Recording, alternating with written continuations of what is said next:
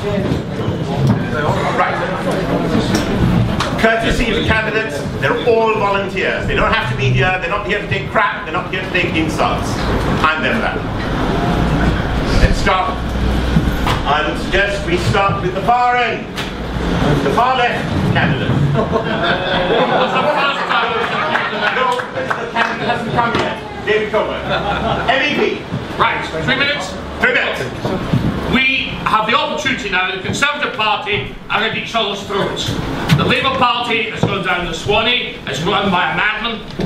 The Liberals, nobody cares what happened to them. The Scottish Nationalists are collapsing left, right and centre. We now have a chance to get somewhere. We have to get together and we must move forward. We need a leader. I've done that in Scotland. I've led the people from the front there. I've been fighting big beasts like Sturgeon and all her crew. And I can tell you now that UKIP need a leader. Someone who can speak for UKIP. Someone who can speak for all our values. The things we need.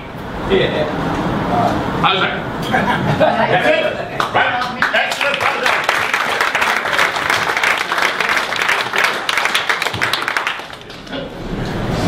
Aidan Hounsland.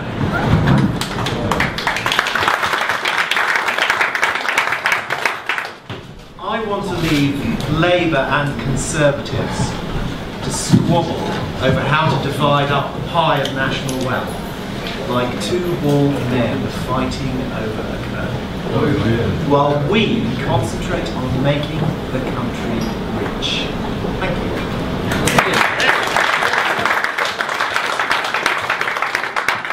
Ben Walker. Councillor. Good evening, ladies and gentlemen. A lot of you will not know me, and that is actually a good thing. So I don't consider myself to be part of the establishment which has been formed within our very own party. I have a real issue with that. So, myself, I am a former town councillor, a district councillor, a two-term mayor. I served in the Royal Navy and I served in the Afghanistan War. I've been involved in local politics for years now, absolute years. I've been a local activist. And that's the thing, that's what we need. So many of the candidates tonight, they'll talk to you about their vision for the UK. You know, their policy on immigration, their policy on the NHS. You know, I can go on and on and on. They're all important issues. But the first issue that we have to consider, and the elephant in the room for us, is our party itself. Our party is broken. Our party has a structure that doesn't function correctly. You have branches, you have candidates, you have councillors that cannot get the support that they need. You have an NEC which it's perceived that it acts in its own interests. You know, you'll have emails sent down from the top and you'll see nothing at a branch level, and there's just this disconnect, and we need to fix that. If we're going to be taken seriously, if we want to be sort of fighting elections and actually making ground against the Labour and the Conservatives, we've got to fix ourselves first. We have to fix our own house before we fix the one in London. Now don't get me wrong, I'm strong on all of the things. You know, I'm a classic libertarian. I want low taxes. I want a small state. You know, I want the economy to grow. But like I say, you won't know me, but you will after tonight. Thank you.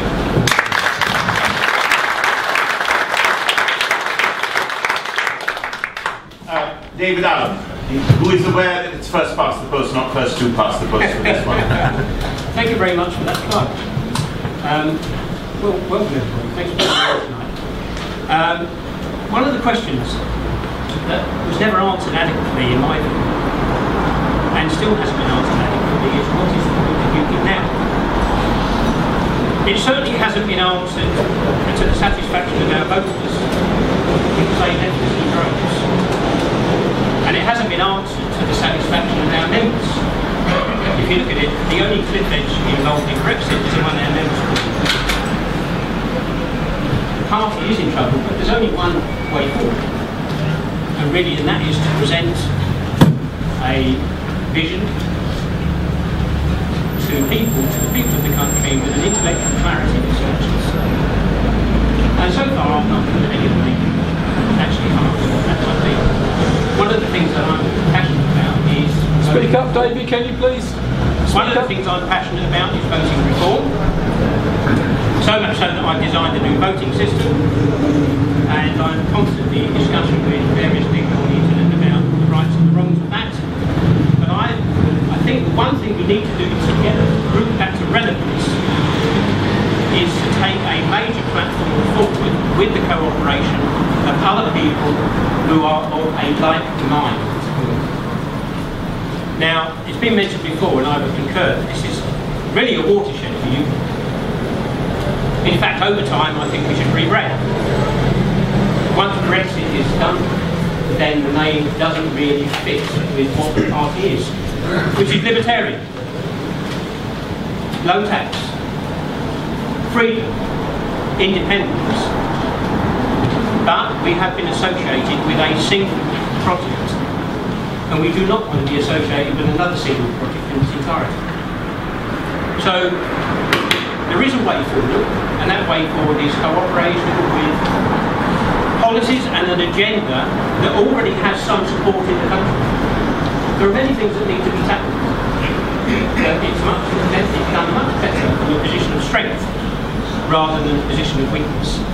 Principally, leadership is about getting us from where we are now to where we need to be. Not just saying where we need to be, but actually having a mechanism in place to do that. Now, the internal party structure is an issue. 30 seconds, please. Major problem. That has to be dealt with, but effectively to focus on that is simply name engagement. It's an organisational thing. The thing about this, organisation structure is enabling. Policy is paramount. Vision is paramount. Thank you very much. Thank you. David Kurten, our own London Assembly member. Thank you very much. So I'm the third of 3 Davids here tonight, so I hope that doesn't get too confusing. With UKIP, I'm very excited about the future of UKIP. The press are writing us off, as usual. We didn't do very well this year in Stoke, in the local elections, in the national elections, and that's a shame. But I'm very excited because with this leadership contest, we have a chance to rise up and to come back, very, very strongly. And I think this is our time to do that. The Conservatives obviously are in disarray. Labour promised lots of things but will deliver. But I think with a very strong policy platform that we do have, that we can make that difference. And I know many of you joined UKIP for different reasons. The reason I joined was, like many of you, concerned about the European Union, particularly concerned about TTIP. And because of UKIP, that has gone and it's off the table. There are some of you who are concerned about the rise of radical Islam, and that's something that we will speak to. There's many of you also who are concerned, as I am, about what happens after Brexit, that we actually create the country after we leave the European Union where our young people have the skills that they need to survive and thrive in this country. And one thing I speak about a lot is the need to be self-sufficient as a nation in skills and in education, build an education system that gives our young people those skills that they need, so we don't need to import immigrants to do the jobs which we should be training our young people to do, particularly in the NHS and things like that.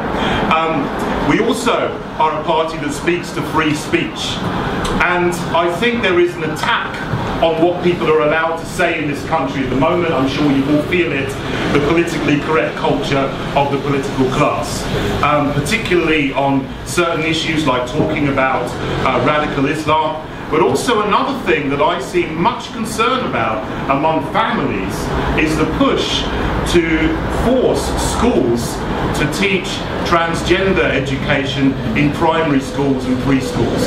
And that's something that is a very, very great concern to a lot of parents around the country. And I would stand on a platform of family values as well, and the right of parents to be primary educators of their children and not to be told by the state what they must and mustn't teach their children.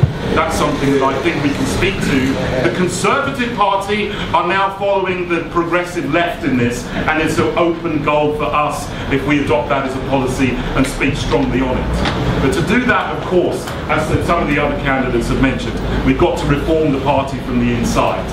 This has been a party that has existed to win the right to have a referendum and to win that referendum, which we have done.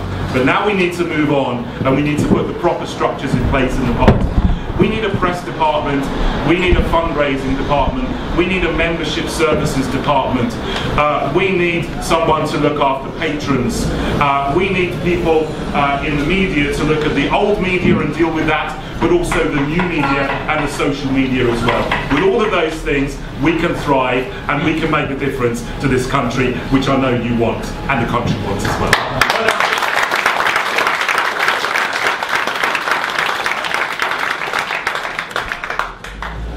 Right, now, at this point I think we break out into song or something because Anne-Marie Waters is in the building.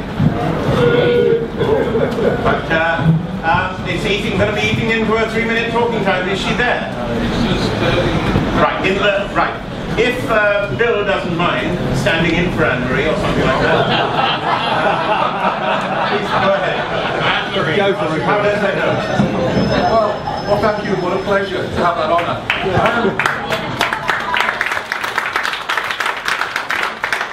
Here we are, the most successful political movement in British history. The single most successful movement. Why are we beating ourselves up? Why are we complaining? Look, we've had football means and finances, and we've achieved Champions League results. It's been down to you guys, it's been down to the effort that's gone in all around the country. It's not been because of a NEC that's been great. It's not been because of the establishment, wherever that is. People keep saying, oh, where is it? I'd like to find it. I'd like to find out who they are. But the point is, it's nothing to do with that. We are a movement, and we've achieved fantastic success. And now, we think of where we go from here. Well, the reason I'm joining this movement, the reason why I hope that you'll buy into my idea of where this party, that's your money. All of these things, foreign aid going out of control, that's your money. Let's make a stand. Let's make a stand and say that everything we do in this party has one thing at its core, in its DNA: freedom. Yes. Freedom, liberty for the individual against the state. The state, diminished in size, must be our servant. We, the individuals, must be the master. And the only force that can make that happen is the People's Army. It's all of us. We can do it. We've got to pick ourselves back up. We've had a bad trot, so what? Let's get on with getting it right. The movement is here. The people are here. All around us. We can do it. We can reorganise, we can restructure, but let's believe in something, and that thing we must believe in our hearts, is freedom, liberty, patriotism, and love of our great country. Thank you.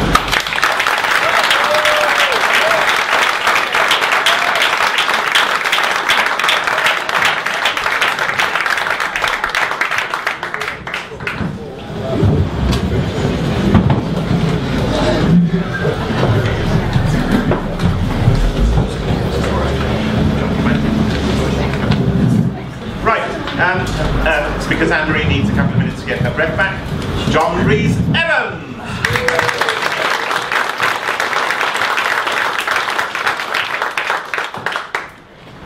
I probably won't need 3 minutes, because I'm going to be very frank and I'm going to get straight to the point. Now the reality is that about a year ago we were polling about 13% in the polls. Last month we polled 1.8% in the polls. So something seriously has gone wrong with our party. And you know, it's extraordinary to me, because I've spent a lot of time travelling throughout this country, meeting people in all sorts of constituencies, including up in Scotland, and what I've noticed everywhere I've gone is that the people I've met are the most patriotic, selfless, kind people I've met anywhere in the world. And for us to be polling at 1.8% is just incredible. You know, one of the definitions of insanity is that if you carry on doing what you've always done before and expect to get a different outcome, you are quite simply insane. Now, look what happened 8 months ago. We elected a thoroughly decent bloke, very nice man that I like, but someone who frankly didn't want the job. He didn't have a clear vision for the future of this party. He was essentially a safe pair of hands. I'm going to ask you tonight, do you want to make the same mistake again? No. Do you want a safe pair of hands, or do you want somebody with a unique vision, who frankly knows how to transform this party from something that's polling at 1.8% into something that is fit to become the government of the United Kingdom?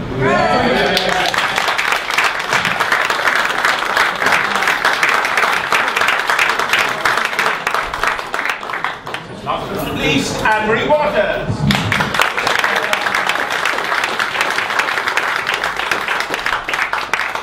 First of all, my apologies. Don't use the Northern Line at the moment. Well, I'm sure it'll be fine. Or go down the wrong way down Old Street. So my apologies for being late and so rushed. But things have gone wrong with UKIP. To go down from the percentage we were on to the percentage we're at now is because of a lot of things. And largely because of Brexit. Because Brexit was won. People drifted away to the Tories because they thought that the Tories were the safe pair of hands when it came to Brexit. What essentially UKIP's raison d'etre had been taken by the mainstream, and that remains the case.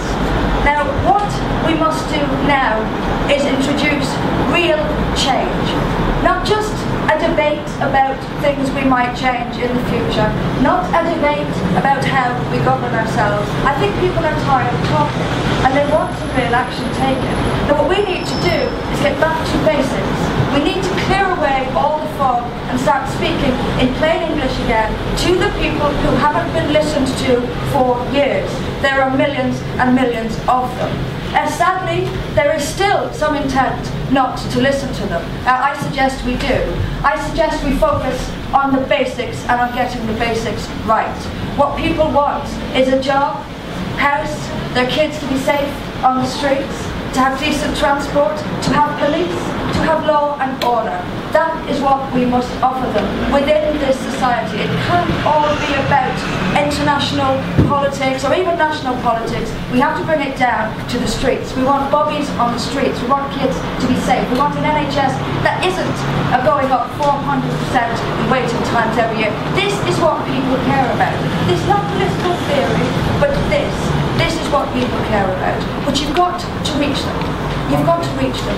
And you've got to reach them with honesty and courage. That is what the appetite is for. You can see it all over the Western world is turning. There's a revolution towards honesty. Now don't buy into this single issue nonsense. It is not. These are profoundly important issues which affect our lives now and most certainly your children's future. So stand up, say it plainly, and that will gain the trust, and then you can start speaking to the people again, not the media and not the politicians, but the people, and that's what we need to do.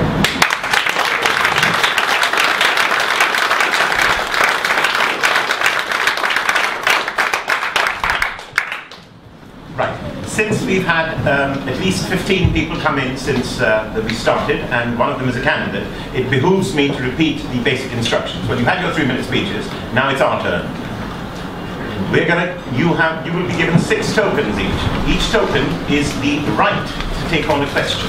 You won't know what the following questions are going to be. All that I will guarantee to do is to try and randomize the questions. You don't get a series of similar ones after each other. But the questions are well-rounded. There's also questions in you, because all things being equal, if you can get that question out in 15 seconds or maybe 20, do it yourselves. But pass it to somebody, pass it to us. If you've got my phone number here, text, SMS it to me, don't send an email, SMS it to me. If you want my number, it is 07802 872 591. 07802 872 591. Right? Do that. Yes, a few doing it. You can text it to me right now. However, pass them on. We want to get as many questions in as possible. 6 tokens means, I've done the maths already, that means if each candidate spends 1 minute, a full minute, which some will, and some will go a bit over, plus about 20 or 30 seconds for the question, plus other wriggle time and waffle time, that's going to be probably an hour gone. Then we'll see whether we can dish out any more tokens. We'll see whether some candidates are avoiding it. Because here's the wild card. Any question which I think, in my judgment, but some of you can help me with this, ask him that one, or her, because they can't duck a question because they don't like it. So, to me, this seems generally fair.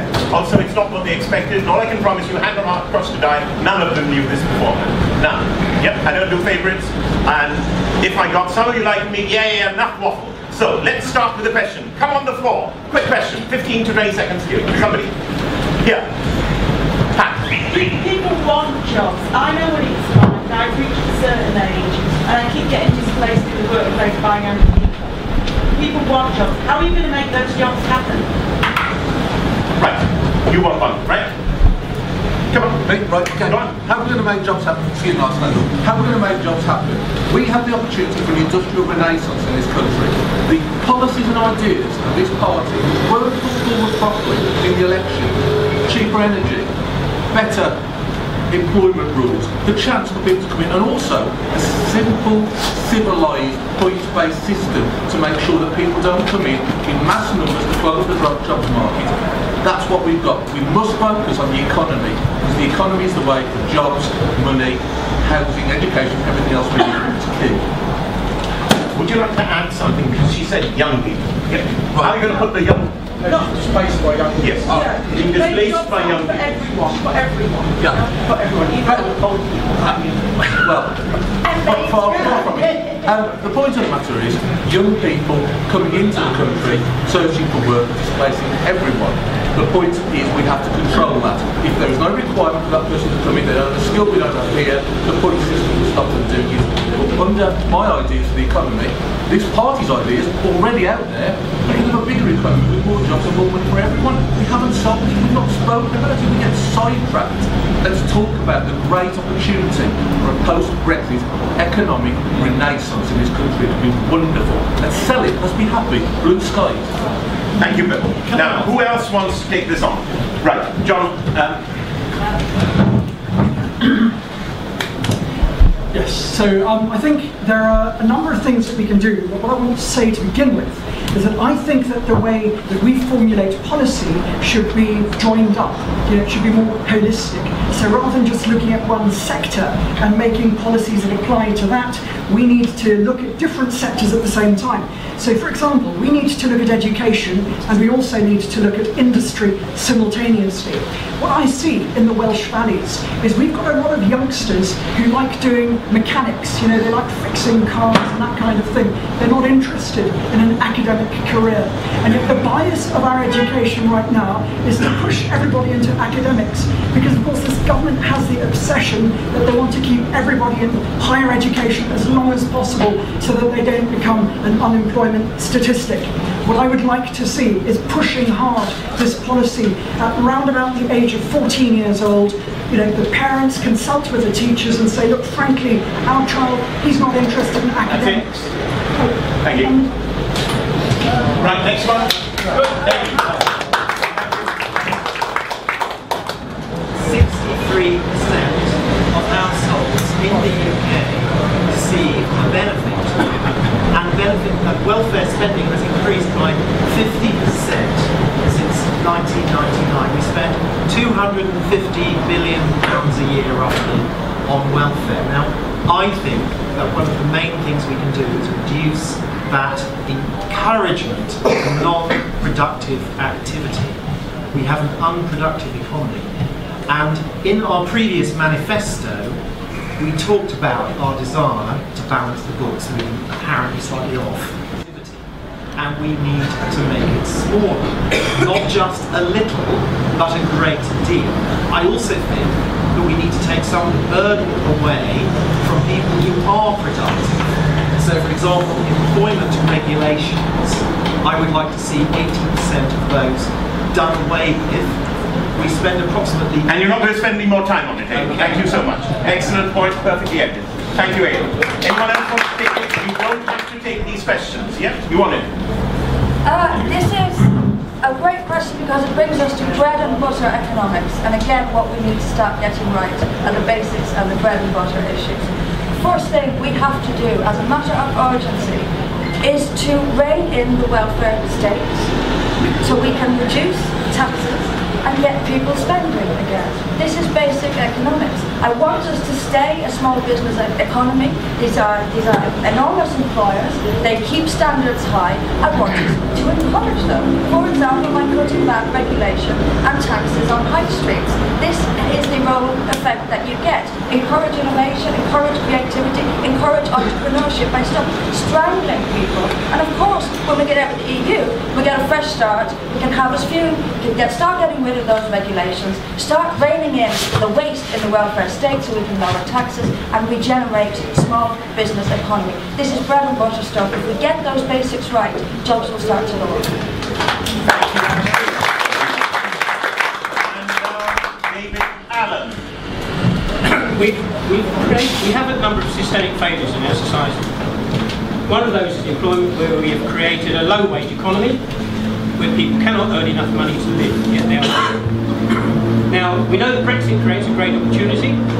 None of us in this room disagree with it. But we also need to make some fundamental changes to how society and the state works, particularly with regard to the excesses of globalisation. But it remains a simple fact that where we are now as a party, we can do none of this. Our 2017 manifesto was probably the best out there, and nobody took any notice. We need a path back to relevance as the first thing. All of these things will come from that.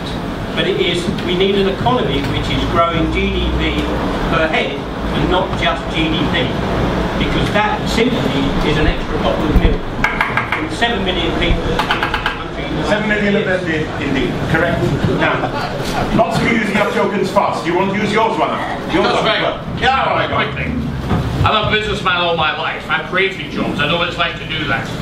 One of the most important things we have to do, the Conservative Party are the wholly bought and paid for party of large business. The Labour Party are wholly owned by the trade unions. Nobody represents small business. Nobody represents the little guy. I want to see commerce taught in schools. I want to see every kid given a chance to find out how to do VAT returns. One of the hardest things you do when you start a business is that. The future for us is small business, and that's what we should be going for. There are a lot of people out there. There are people, so let's go after them.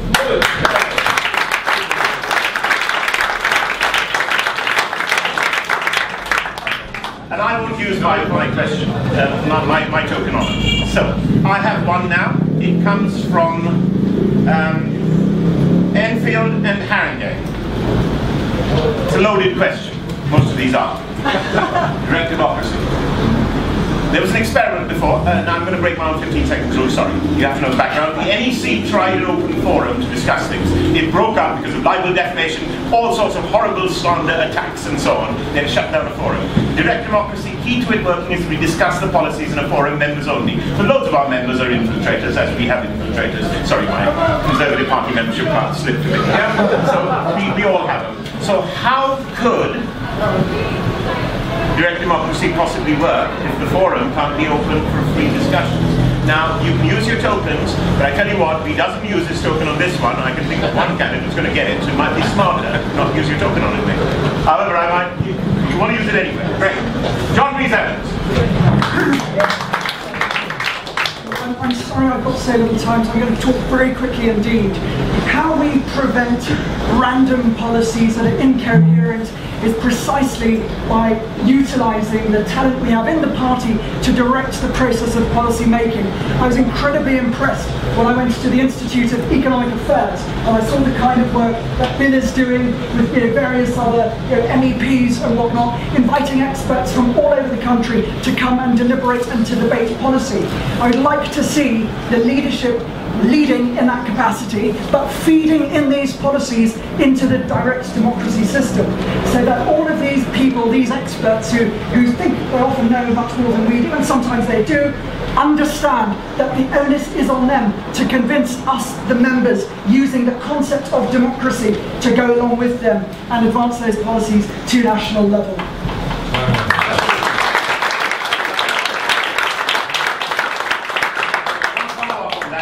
I'm not sure perhaps I didn't enunciate it properly. The problem with when the NEC opened up their discussions is because of fighting fighting breaks out in the forum. There's insults, there's libel, there's all sorts of stuff, and then lawyers get involved. How would your direct democracy forum, this is where somebody puts out a policy and then they talk about it a lot. And direct democracy is not just for one, but for two of the candidates have a big issue. So I'm not sure I had an answer to that. Thank you for an extra minute.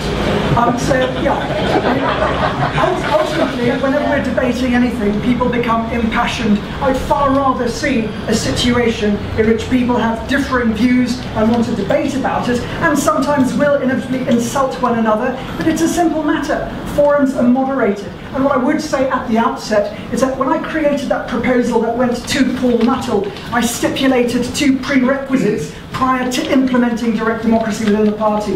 And one was that we modify the constitution such that it becomes impossible to advance any policy that will militate against the established core values of our party. And by doing that, it doesn't matter if 10,000 people from the Labour Party try to infiltrate us. Nothing that they push forward that militates against our core values will be accepted. Thank you, John.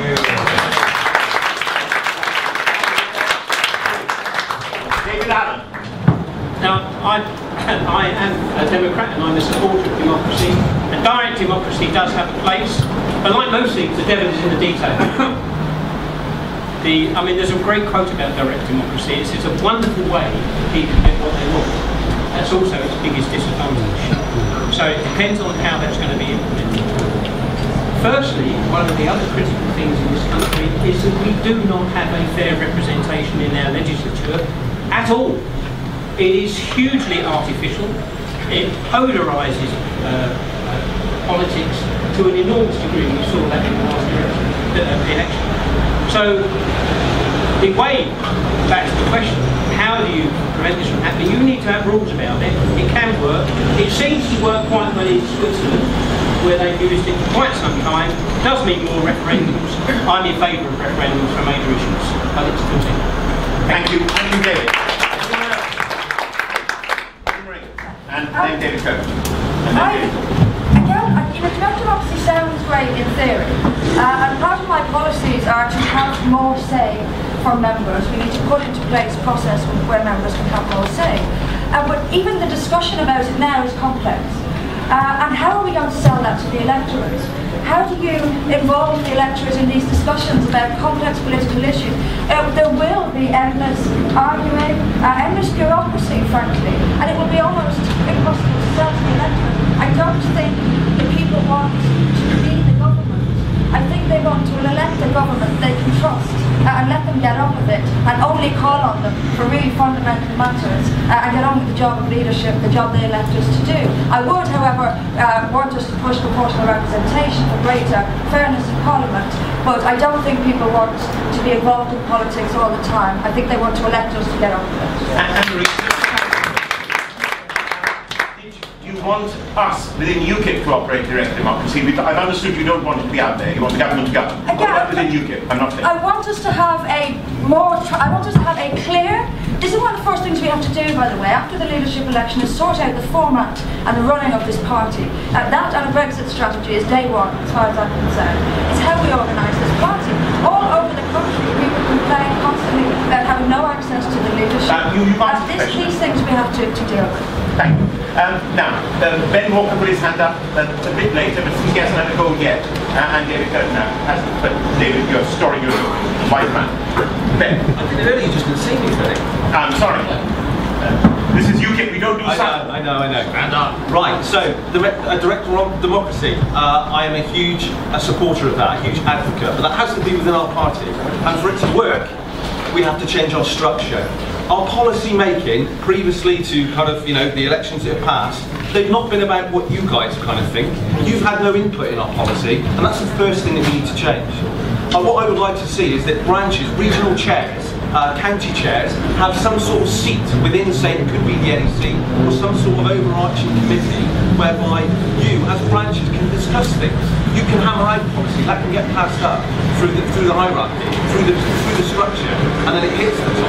I want to see a professional policy-making unit, you know, not someone, a couple of MEPs or whatever, or, you know, paid officers sat around in the darkened room. It's got to be about what you want, all right? Not what us we want. You know, yeah, we might have good ideas, but as a collective, we are much stronger. So yes, direct democracy works, but it will work better with a better structure. Thank you. Thank you. This David. Yes. Thank you very much. Yeah, with the direct democracy, I think what we need to do is harness the talents of the party, because this is an incredible party with so many experts, so many people who have worked in so many different fields, health, education, whatever, and we just don't get people's ideas enough. I have people write to me directly, and they get to me as the education spokesman because they write to me directly. But at the moment there's a system that's supposed to be in place where people tell their branch, and then the branch sends it to the region, and then the region sends it up through wherever, and sometimes it doesn't get to me. We need to have a policy team that works all year round. What we do at the moment is we just wait till there's an election and panic and then write a manifesto. But we need to be responding to policy as it goes. We need that to be working 365 days a year. As for direct democracy, it's a good idea, but we do need to be careful with it. I think it's a great thing for getting which was much better. And we did it by getting all the area group leaders together. We sat down in a room and we sweated over it. We got it sorted out. We did it in about 5 hours. And we got it, but they talked to their people, they came to others. Having open direct democracy, I'm afraid we did it before, it ended up with the most appalling squabbles, and it had name calling and mad stuff coming out that went all over the Daily Mail every single day. The NEC had to close it down. I believe in people talking, I believe in having forums where we're all there physically. The trouble with doing it on the internet, it gets out of control. Now, a modern political party, you try and run it like that, it will not win. I want to see a win seat. I want to see us getting bums on green leather in the House of Commons. And we won't do that by having a madhouse of people screaming at each other. There are too many internet warriors sitting there in their underpants in their bedroom writing the most awful rubbish. Believe you me,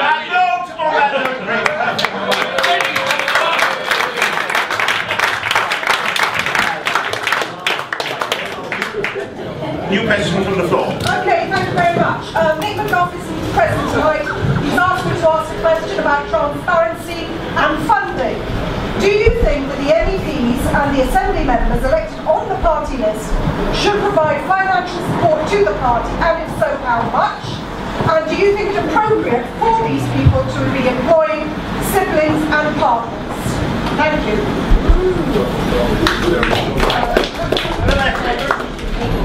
Yes, I think it's important that those of us who are elected pay into the party, and I'm very happy to say, and I've just pointed out, I paid in tens of thousands. And I know David's done the same in Scotland, and many other MEPs have. The point is, this is a poor party, and when we're elected to a position, we have to pay in.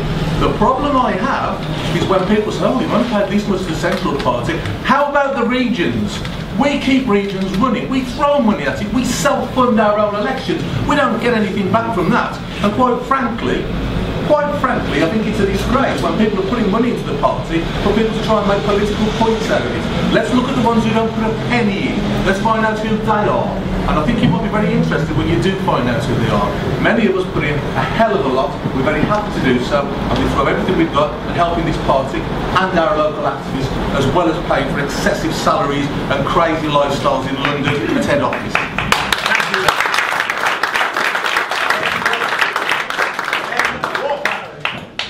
Okay, MEPs and AM, should they pay into the party? Absolutely yes, there's already an agreement to do that, and you'll find there's a large proportion of them that do not. I won't name and shame, you can ask them yourselves. You know, Bill is quite right, he has put lots of money into the party and doesn't pay, and I commend you for that, Bill. I'm very pleased that you do. You're one of the very few. But the truth of the matter is, there's council candidates out there who fund their own campaigns as well. So let's talk about you guys again, you know, we're all doing it, we're all bearing the cost, and that's got to be taken into account. So yes, transparency is absolutely key, and I think that should run right through what we do as a party.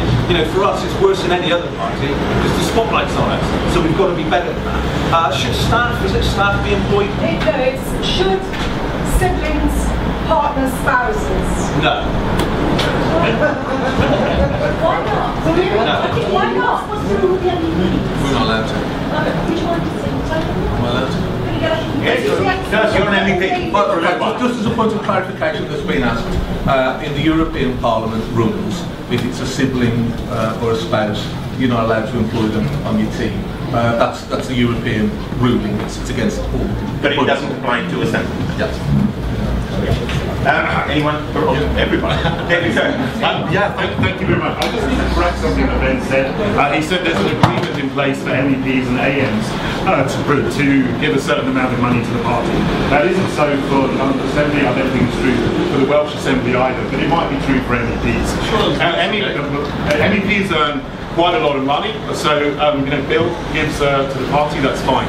London Assembly that I'm on, I don't think I should be obligated to pay to the party because I earn a lot less than an MEP. That's my own position. I earn less take home than I did when I was a teacher, and I've been a teacher for 20 years. So I'm just being honest to you about my own financial position. If I were an MEP, I would certainly give to the party, but I earn much less. If I was elected as an MP, that's a different story, and we can talk about that. But I just needed to clarify your point. You're actually wrong on that. Okay, thank you very much. Councillors who don't get any money paid, £35 a month. Through the chair. Through the chair. Yes. Take that. I think this is absolutely crazy. There is nothing more divisive in a party than a kind of compulsion of voluntary donations for what you earn. Do a job, you get paid. Now, as a small party, we do need money, but one of my platforms for electoral reform would be to change the way that political parties are funded. I mean, there's really nothing more divisive. We've had it already. Well, some people pay him, he doesn't. You'll split a party quicker than anything if you go that way. People should get paid for the jobs that they do. Funding is a separate issue. In the longer term, and nationally, this is an argument that has yet to be won. But we need to prevent the funding of political parties from vested interests, which is a major and significant cause of our political instability. Thank you. Thank you, David. I totally agree with my friend here. I think it's very dangerous that sort of thing. It is divisive. I give money to Scotland. I got permission from the NEC, as did Nathan Gill, to give money to our respective countries, simply because they weren't getting any money from the centre. So I give to that. I had a £700 dinner, which I paid for 5 millionaires, and we got quite a lot of money out of that. Cost a fair amount of money, but there you are. The thing is, we do need to get money in, but I would hope that if we had better policies, instead of some of the awful policies we had in the last election, we might actually get people donating more money. And I think that's the problem. We're not getting the right policies, and we're not showing the right sort of stability that people want to give us money. I have people up in Scotland, multi-millionaires, that want to give us money, but they are worried about the instability of the party here at the centre in London. And they're not obviously London region, we're talking about the party. That worries them. Large salaries going to employees. So, quite honestly, I think a little more housekeeping needs to be done. And certainly we don't need to have swanky headquarters. That can be cut down. Thank you, David. Yeah, we're going to get through them. Right, I'm merging two questions. One is from a former Eastern Regional Chairman. How do we combat left-wing indoctrination in school? And I'm combining it with a question from my taxi driver, who's a UKIP. Will you bring back hanging? His question. Mr. Kurten, you're not using your tokens wisely, are you? I think I am, sir. Ofsted has been infiltrated completely by the left-wing red blob. Ofsted is the organisation, if you don't know, that is controls standards in education and gives schools their grading, and they are full of people who are pushing the left-wing progressive political agenda. Ofsted needs root and branch reform. It needs the people in the top to be sacked and to put in people who are going to pursue common sense policies in education. That's quite simply how it is. Thank you.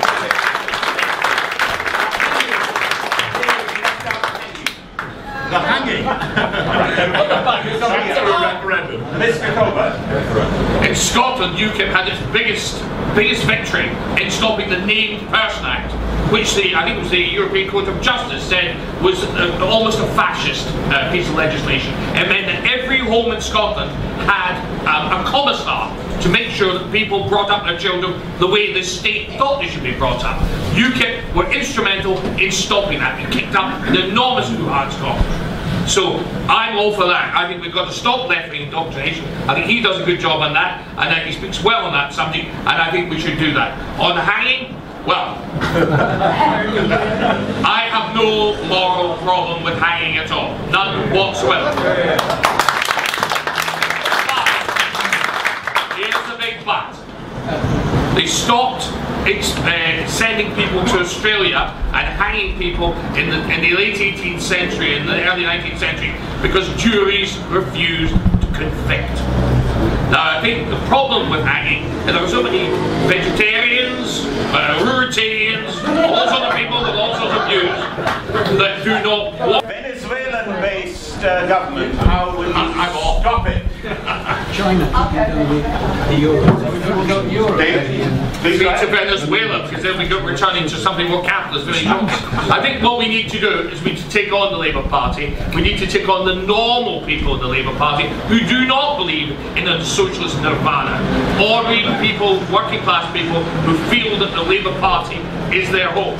They've got to be persuaded by us that we care about them, that we want an economy that cares about the ordinary working man. And that's the problem we've got at the moment. The Tories don't care about the working man. They claim they do, but they don't. And the Labour Party, they only care about the trade union bosses and town hall fat cats. They don't care about the ordinary person. We've got that message through to them, that we don't care about the town hall fat cats, we care about them.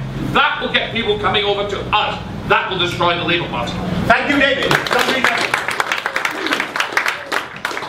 You know, I think the main reason that the Labour Party is looking so popular now is because a lot of young people, particularly young people, are disillusioned with parliamentary democracy in this country.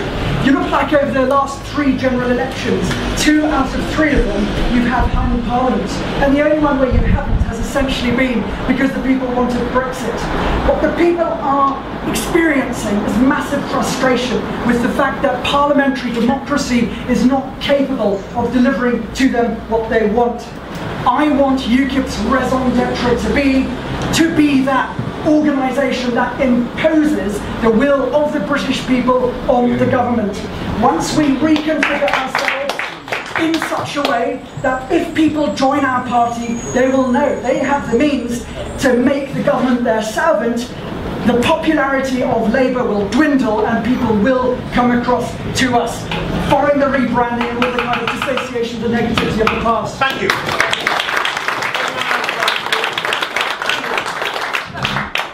No one wants to target Labour areas more than I do, but you don't start off by insulting them as crazy lefty socialists. You reach out to them. Bolivarian Venezuela. Talking about their on-the-street issues. That is how you reach out to the Labour Party. You put police on their streets, bring down their waiting times, have some decent jobs and some decent schools. You do not go around telling everyone a crazy socialist. You start talking to people, talking about what they care about, and they do care about the NHS, they do care about the welfare state. It's not all about shirkers and scroungers. So if you're going to reach out, you have to realise how important the NHS is, how important the welfare state is to many people who actually need it. Don't insult people if you're trying to win them over. One thing that a lot of people care about is the environment, and our party is often ridiculed for being flat earthers and that sort of thing. People denying climate change. We might think it, but is it good politics to be going against what the vast majority of people believe? That the air is dirty, that the climate is a problem, that there is more extreme weather, and that we ought to be more in a line with the general public opinion on this. Just a second here, because there's another question very similar to it. Thank you, it's a good question. I didn't know it was coming. You're from the Tower Hamlets branch. Indeed. Now, what was the question? The question was, should we Should we go against what the majority of people think? Should we just secretly think, yes, climate change is not caused largely by man, and therefore should we become more electable by so doing? I've got a question from the Lambeth branch, which says, UKIP says there is no basis in the science for the carbon dioxide hypothesis of global warming. Contrary to our government policy, other countries are building 1,600 new coal-fired power stations. What's your view of this issue? What's your view of this issue? People, friends, David Allen, you did it. Well, I have to say, wholeheartedly, I agree with that analysis. Which one? CO2 is not a resultant of global warming. It in fact comes the other way around. There's a great deal of scientific evidence to suggest that that is the case. However, in my view, that is completely and utterly irrelevant, because I am a supporter of renewable energy that is functional and that works. There are other reasons for that. One of the principal issues we have at the moment with Islamic terrorism is not necessarily because of the ideology, because that's been there for 1400 years. It is because they are funded. The funding comes from Arab states. The Arab states get their money because of our dependence upon oil. The second great reason is that at some point in the future, the fossil fuels will run out. The issue of pollution is a major one. We really have to deal with pollution. It's a functional one. Another problem is you're out of time, Dave. David Kurten. Thank you. Look, there are real environmental problems. There's no one can doubt that. I think deforestation is a big problem. I think plastics in the ocean is a big problem. Nitrogen dioxide in the air is a big problem. Carbon dioxide is not a big problem. There's no question that carbon dioxide levels are increasing. Now, that this year it's about 410 parts per million. It's going up about 3 parts per million a year. Is it causing huge global warming? No. It's causing some, but because of the way it absorbs infrared radiation, it's not a simple case of doubling carbon dioxide doubles the global temperature. Anyone who knows anything about science or chemistry knows that water vapor absorbs far, far more than carbon dioxide. But the BBC doesn't tell you that. They won't scare you. And wind farm barons and solar barons get loads and loads of government subsidy. It's a scam. Thank you, David.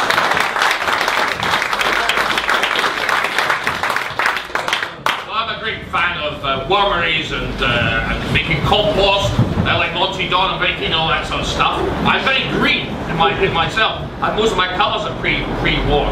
Anyway, long and short of it is the renewables are a racket, as David has said. There's too much nonsense going on.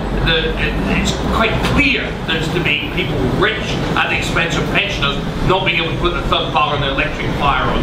So I think we should listen, as the gentleman said. We should maybe listen about stuff that is good for the atmosphere, getting filth out of it, clearing up the seas from plastic, all that sort of stuff. We should emphasise that a bit more, but I don't think we should fall completely behind the CO2 racket.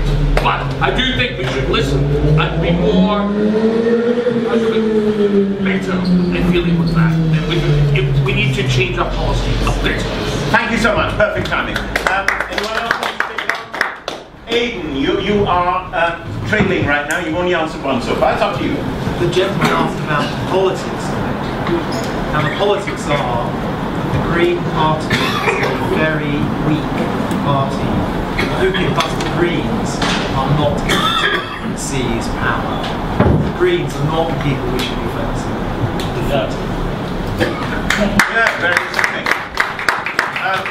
I'm under instructions from Richard Brain not to talk, but I will talk here. 300, when I was in school, 300 parts per million was what the carbon dioxide level was. Now it's about 400 parts per million. The peak which it has been on the planet has been rather larger than that. So the carbon dioxide levels have been 30%. That's 300,000 parts per million. So what the hell are we arguing about these small bits? And parts grow more and then they eat up more of it. The whole thing might be correct, but you've only got one planet.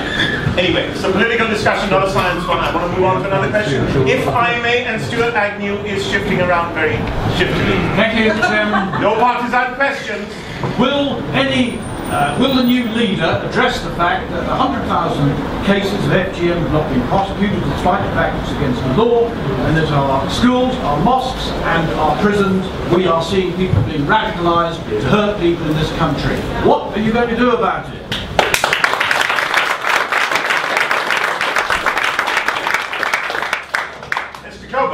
Well, what we shouldn't do about it is become radically anti-Islamic. That is a disaster. We will get no votes there. The manifesto we had at the last election was simply useless. It turned people off. We cannot go against one part of society. I believe that face coverings, the group we had, no face coverings, was the right idea. Talking about the Islamic face veils and all the rest of it was wrong. We should stick to talking about face coverings. Face coverings are not acceptable. But if we go down this route of a radical anti-Islam, we are going to have trouble. And I don't understand what you want to do about it. That's the trouble. And he was always banging on about this. We should bang on about nothing else. And the trouble is, we are and we need to win an election. Now, David, we've heard a lot of you. I'm just warning you, you're on 5 tokens. You need to have 5 out of 6. Now, somebody else. Come on, take it on. Anne-Marie, write your reply. Then you. You know, again, we were asked about tens of thousands of girls who've had their genitals mutilated and will suffer medically and physically for life because of it. It's happening in this country despite being against the law, and nobody will touch it because they get things like this thrown at them when they attempt to. This idea that you have to be radically anti-Islam to tell the truth and enforce the law is exactly the problem. People in this country care about this. They will say so.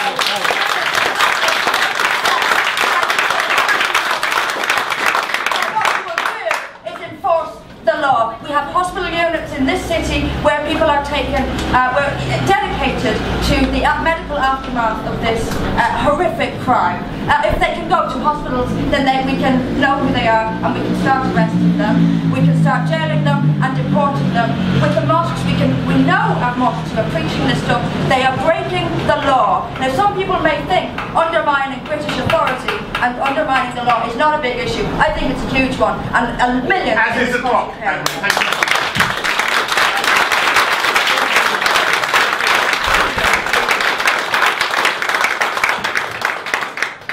So I received my election address back twice, probably from 2 people who knew each other. And on the election addresses I got back through my post boxes, it said UKIP equals Nazi. Now, I think if we take a look at what just happened in the general election, UKIP was a party that appeared to stand for zero immigration and ban the birth. What it seems to me is that UKIP cannot, in fact, succeed so long as it is widely the majority of them are not breaking the law. Of course, Anne-Marie is right. They should enforce the law and indeed increase the And the park bit is the best objective. Right. David Kurten. Right now, hang on, you're on your 6th, mate. You're going to be silent for a long time after this.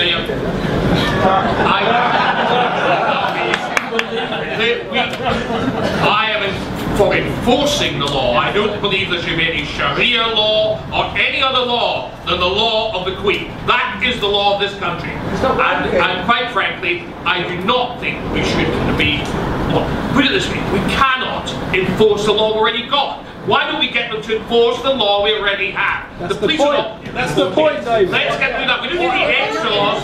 We need to enforce the law we already have. And as for FGM, it's appalling. It's absolutely appalling. But quite honestly, it's something that has to be tackled by the medical authorities, and they should enforce the law.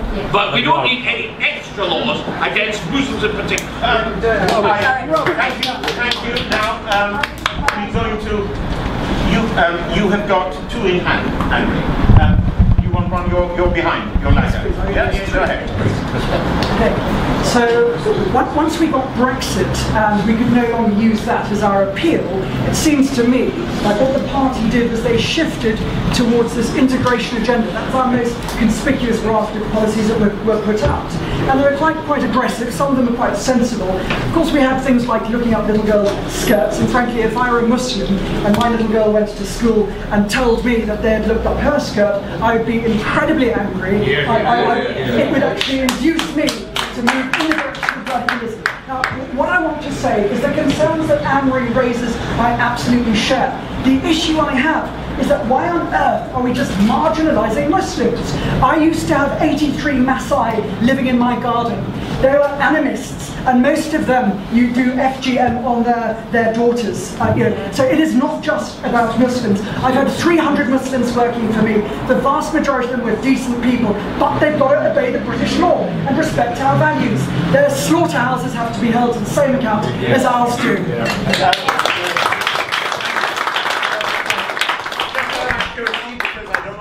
People ganging up on Anne-Marie. Anne-Marie did not mention Islam in her answer. Yep.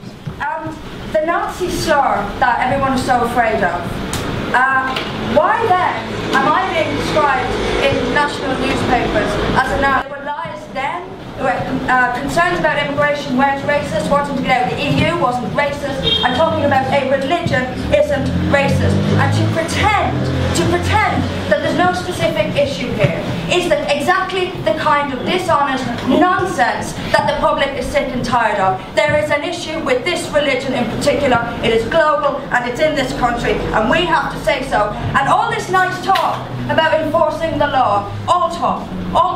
They won't do it because they're afraid to, because as soon as they do they're called Nazis and fascists by everyone, including UKIP now.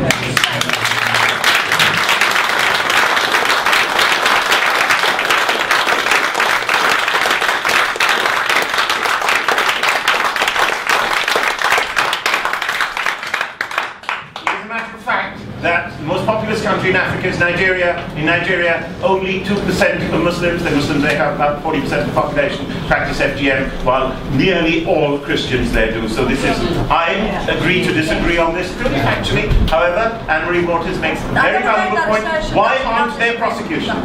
No, I never made the assertion that only Muslims do it. You did not indeed. You did not indeed. You did not. I have defended you already. I have defended you already.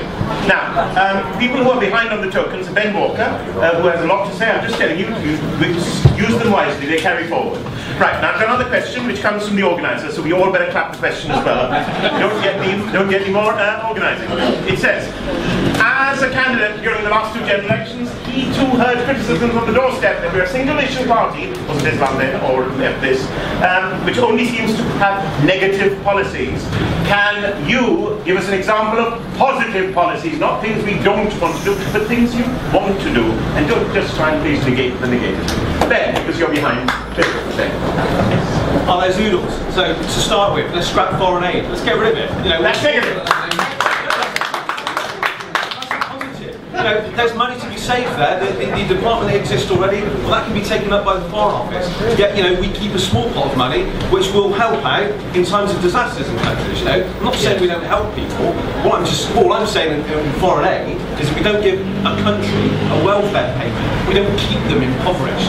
We're coming out of the EU. Let's trade them. Let's do business. Let's make them richer in that way. I talk about the NHS merging health and social care, make it more joined up again. Save money. There's lots and lots of positives to talk about, and we've got to get this right. To go back a little bit with the Islam thing, that is a problem. It's a massive issue. But the bigger problem is the PC culture that exists within our country, which exists within all of our organisations. If we can tackle that, so if we can say, right, our next core aim is voting reform. We want PR, so we can make MPs electable. Great, thank you, Ben. Make it peace. Get rid of the PC. Thank you, Bill Etheridge. Excellent. Positive policies. I've been waiting for this. This is great. At last. Right. Let's talk about slashing sin taxes. Yes. You know where the state tells us, oh, you shouldn't drink alcohol, naughty boys and girls, you shouldn't have a cigarette, you shouldn't drive a car, you shouldn't do any of these things, so we're going to tax it to the hilt. And what happens? The pub trade dies, the hospitality trade suffers, and black marketeers smuggle the things in and avoid the tax anyway. Not gaining any significant money from it, let's slash them. Let's give a boost to our own economy. Let's change the way we do fuel taxing. Let's stop it so that, as David touched on, pensioners can actually have the heating on in the winter, because we're going to cut the fuel taxes and we're going to stop giving it to the rich. Robin Hood in return, isn't it? We're going to stop doing that. And finally, let's give ourselves the uplift of really different, exciting, radical, new, competitive economic policies. See this country be a powerhouse of the Western world, and people will look on and envy our economy, and frankly, that's what it's all about. It's about the economy. We give people a chance for more money, more jobs, they will vote for us.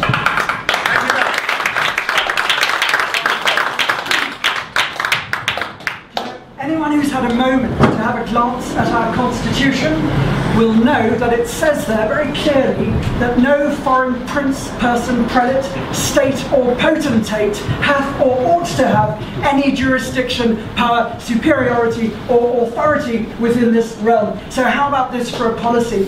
Why don't we go to the European Union and say, it was your legal responsibility to ensure constitutional compatibility between our country and the European Union prior to giving us access to the European Union. You got us to join up fraudulently, and we're going to sue you for $450 billion.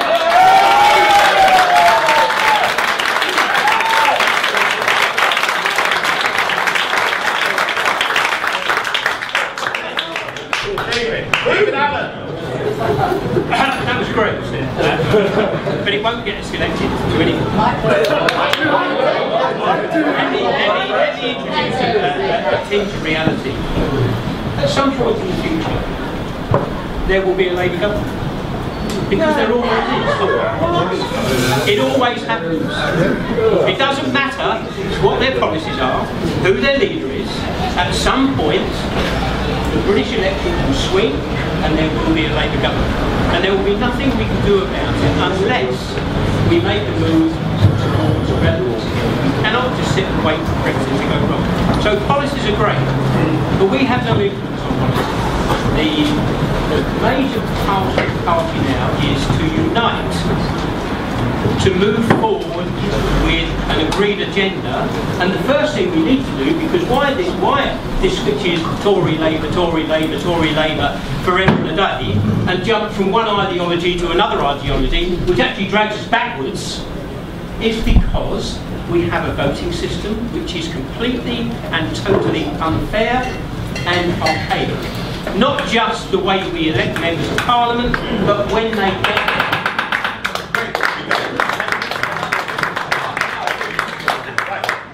Remember the question, just in case we've forgotten, because we've gone a little bit back onto voting systems, David. The question was positive policies. Yeah, right? Now, I know that everything can be dressed up that way. Anyone else wants to take this on? We've got some humdinger questions. Hey, you are behind, so you want... I've got two positive policies for you. In my election address, I propose that we offer a £1 billion prize to the first company that can mine the asteroid belt profitably. And another thing I want you to think about, and I'm going to come back to this in a minute, is I want you to think about the 1.2 million United Kingdom citizens living in the EU who we can imagine are facing a situation in which they will have to decide whether to take, best case, say a German passport and stay where they are and lose their British citizenship, or alternatively return to the UK and lose the life they built for themselves there. Were we to propose that countries willing to reciprocate were to offer dual citizenship to people living in their respective alien country, I think it would serve exactly the same purpose as the asteroid mining proposal. It would shift the public's perception of the sort of party that we are. Thank you, Adrian. Would the asteroid belt be offering citizenships as well? Don't answer that. Too much. Thank you. We allow some... it should be incredibly obvious that our young represent the future of our party. Well, the fact is, our young are generally very competent with using the internet and social media and doing videos and websites and all that kind of thing. So while there will always be a role, and while I fully acknowledge that right now some of the most active people in our party, delivering the most leaflets, canvassing the most doors, are people who frankly are arthritic and moving around on sticks. I've seen this wherever I've gone. The reality is, what we do on social media at the touch of a button can impact hundreds of thousands of people instantaneously, and we are stupid if we do not exploit the potential of that. And the young people are the absolute key to that happening.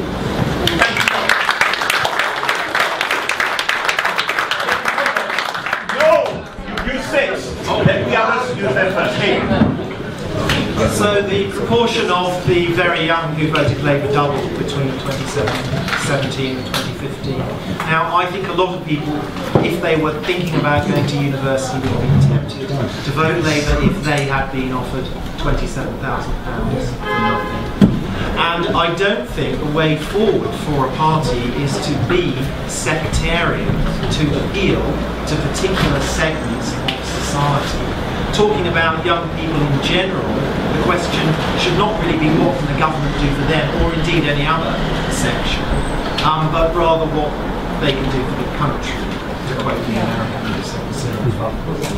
So I want us to have general policies that are strong and virtuous, and that is how I want us to attract the young, and indeed the old too. Thank you, Amy. Something else? David, they're into now, you're into your seventh. We've gone over the sixth. The couple have to catch up. Let's go on. You're accredited. UKIP in Scotland have more UKIP young kippers to old kippers, percentage-wise, than any other part of the UK. And we attract them because of our libertarian agenda, unashamedly libertarian. That's what young people want. They want something to believe in. They also want a job. And that's what we also stress. We don't want open-door immigration so anybody can come into the country and take away their jobs. We also want to make sure that they are taught the right things in schools. As I said before, we want to teach commerce in schools. If young people can go out of school, they can't find a job, go build a job, make a job. I did it, so did many other people. Many of you in this room did it. So why not help them to do that, give them the education they require in commerce and business, and let's see all those little buds grow into big flowers. Thank you, David. Question more about our party than young people. Yes, how do you attract people? Yes. Right. So the truth of the matter is, for years UKIP have loved these little meetings with loads of people sat round, chatting for 2.5 hours and pouring tits off each other. Right, that's the truth of the matter. We're never ever going to engage young people like that. Okay? We need to. What we've done also as a party is we've suppressed talent. Okay? That's got to stop. And again, I go back. It's about our structure. So we do need to do things like John's talking about. Let's embrace all the technology that's out there, which young people can just use so easily. You know, much better than I, and someone can prove that today. But you know, the truth of the matter is, we must engage with them, and we must embrace the change. That's the only way we're going to get people on board. And again, to bounce back, voting reform. If I was elected, I'd want to work with organisations such as Make Votes Matter, teaming with students, desperate to change our system. You know, if we work with them, if we're working alongside them, they'll join us, they will.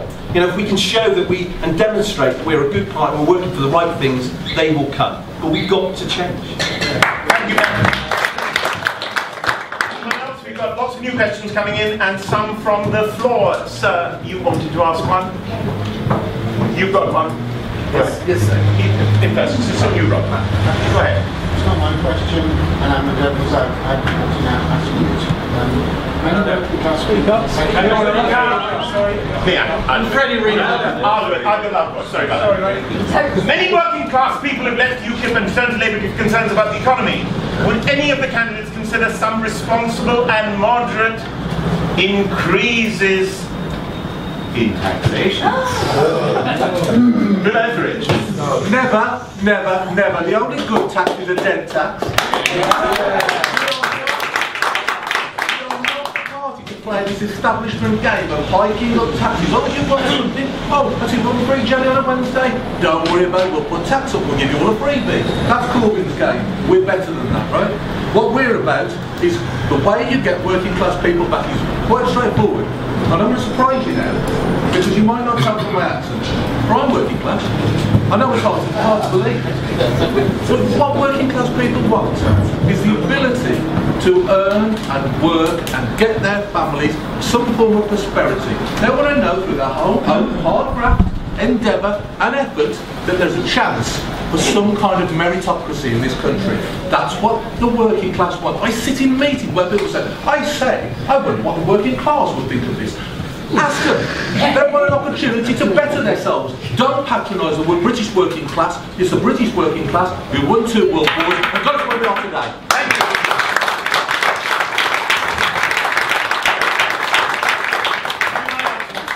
Remember, if you're basically agreeing with him, don't put up your hand. You want from contradicting him, put up your hand. That's how it works now. Well, it's not a contradiction. It's I'm not in agreement either. Get up and let us have a go at you, then. Right. I don't see any need for any increase in general taxation at the moment, but I do see a need for, and we've been saying it for years, that there are many multinational corporations that don't pay the amount of tax that they ought to, and there are many internet-based companies that do not contribute to the infrastructure in the way that physical businesses do through business rates. I would introduce a concept of pay-per-click business rate taxation, which I would call virtual business rates. Now, it's fairly new, fairly novel, it needs thinking through, but the idea has substantive merit because it cannot be avoided, and it's a way of generating money. I tell you, 5 companies: Amazon, eBay, where are we? Google, Facebook, Starbucks. One more. Starbucks. Not incidentally, between them, on a taxation of this nature, they would pay an extra £1.7 billion a year, just those 5 companies. So, a way to get more money. Thank you, David. Aidan, go ahead.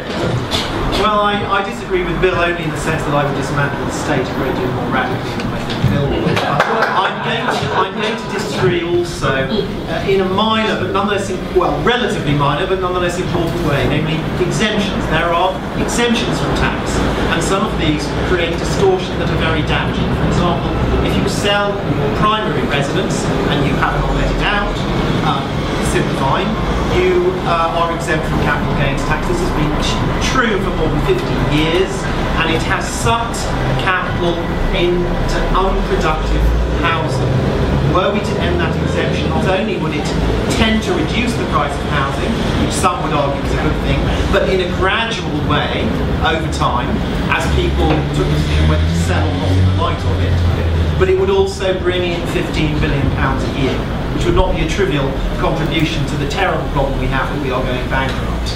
So a bit of platinum from the nearest asteroid would help. I'm sure you're going to ask me a critical question about it. Now, okay, here's a difficult one. And I've just had a phone call from Noel Matthews, who is the guy who was in charge of candidates in 2017. I'm going to combine 2 questions very mischievously. Please forgive me. Please don't jump me out for this one. Will you keep, if you become the leader, starting with the chairman down, who will you keep on within the party? Paul Oaken has cancelled tomorrow's regional chairman's meeting because he's got a stomach ulcer, and I can understand why. I'm one of the causes. So, would anyone want to take this question up? David, you're well over. You're ready. Somebody else. Aidan, you want? That's a brave man. Go on then. Yes, if actually, you're going to chuck out. I'd actually like to stop the spokesman. No, it's not telling you were going to ask that. My feeling is that what we should do is appoint entirely new spokesman. We should approach the entire party and try and find the spokesman from the pool of every member. I think the issue of the officers of the party is actually less controversial. The current approach essentially is that that's controlled by the executive, and if we have a new leader there will inevitably be changes, because when people become boss they tend to sweep clean. It's often very stupid. Who else will you fire? I've just fired all the spokesmen. I don't need to fire anybody else. Thank you. Okay. Anyone else wants to take this poisoned chalice? Ben. Yeah, to be quite short. So obviously, if I'm elected, and I would like to be elected on a vote of change, okay? So if I can do that, I have a strong mandate to push forward. I want to rewrite our constitution. I think that has to happen. It's old. It needs to update with us, okay? The NEC needs to change. That will be up for debate as well. So the structure of the NEC would change. The first casualty of my first day in office will be the chairman of the party. Yeah, should have got it spoken. Right, thank you then for that. The tweets are going out already. Now, here's the next one. It's very related. This comes from West London, West London branch, not the West London branch. It's come from several, also from Epping Forest. How much dosh do you have, friends? Because you have, as the party leader, the Constitution precludes you getting any salary from UKIP. Are you already men and women of means? How will you support yourself financially as the leader of UKIP? You are unpaid. Who wants to take this one up? Mr. Coburn, you're still on borrowed time till others catch up. Aidan Poundsland, you are entering David Coburn territory with this question. I'm a small-scale professional landlord. I have a gross income of 80,000. It's not a lot, but it doesn't take a great deal of my time. This is a 24-hour job. I know. Yes. Good. So that's the succinct answer. Bill Etheridge. Well, the easy one, and it's not what I think should be a decisive factor at all, but obviously being an elected full-time professional politician who I've got some income from politics. But the point is, what we need to do is change it so that we don't have this situation where this question gets asked every single time. This is the third time I've heard this question asked in the last 18 months. It's not right. What we should have is a situation I'd like to see where members can actually do a performance-related pay for the leader. You know, if there's maybe a button on the website, like what we've done about this kind of thing. Phones running the staff there, the basic infrastructure. Does anyone else want to pick this one up? Anne-Marie, and then David Kurten. Like I said a few minutes ago, I don't want us to be dependent on individual, on 2 or 3 donors. Now, I'm not saying any of this is going to be easy, and they're going to float into this new phase of the party without any difficulty. Of course there will be problems, and of course there will be issues. But what I don't want to see happening is that if I, for example, got the support of the majority, then that majority be dismissed because a couple of donors don't like me. Instead, what I want us to do is replace how we are funded and stop depending on 1 or 2 millionaires. This is not democracy. Now, I got blamed in the papers for apparently bringing in 1,000 new members in 2 weeks. Well, for my maths, that's £30,000 in 2 weeks. What we need to do is shake up British politics, get people excited and interested, and we can keep that £30,000 in 2 weeks going and going and going, and then we will be dependent only on our members who give us small amounts of money but lots of it. That's the kind of party I want to see.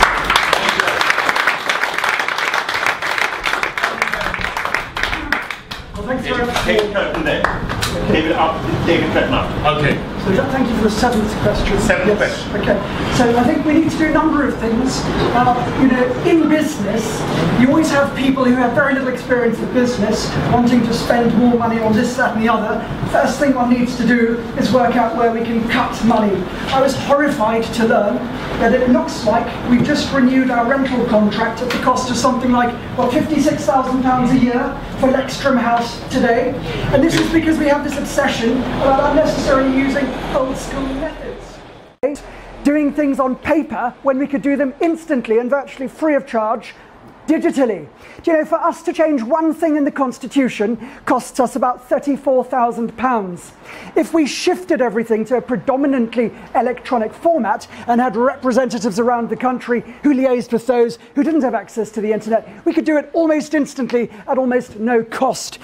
But of course, something else that I'm pushing is UKIP Connect, UKIP Direct. These are both ways of stimulating membership growth. I'd be very surprised if we implement them, we won't have at least 100,000 members within a year. A lot of money from there. Donors will like that and come on board. Thank you, John.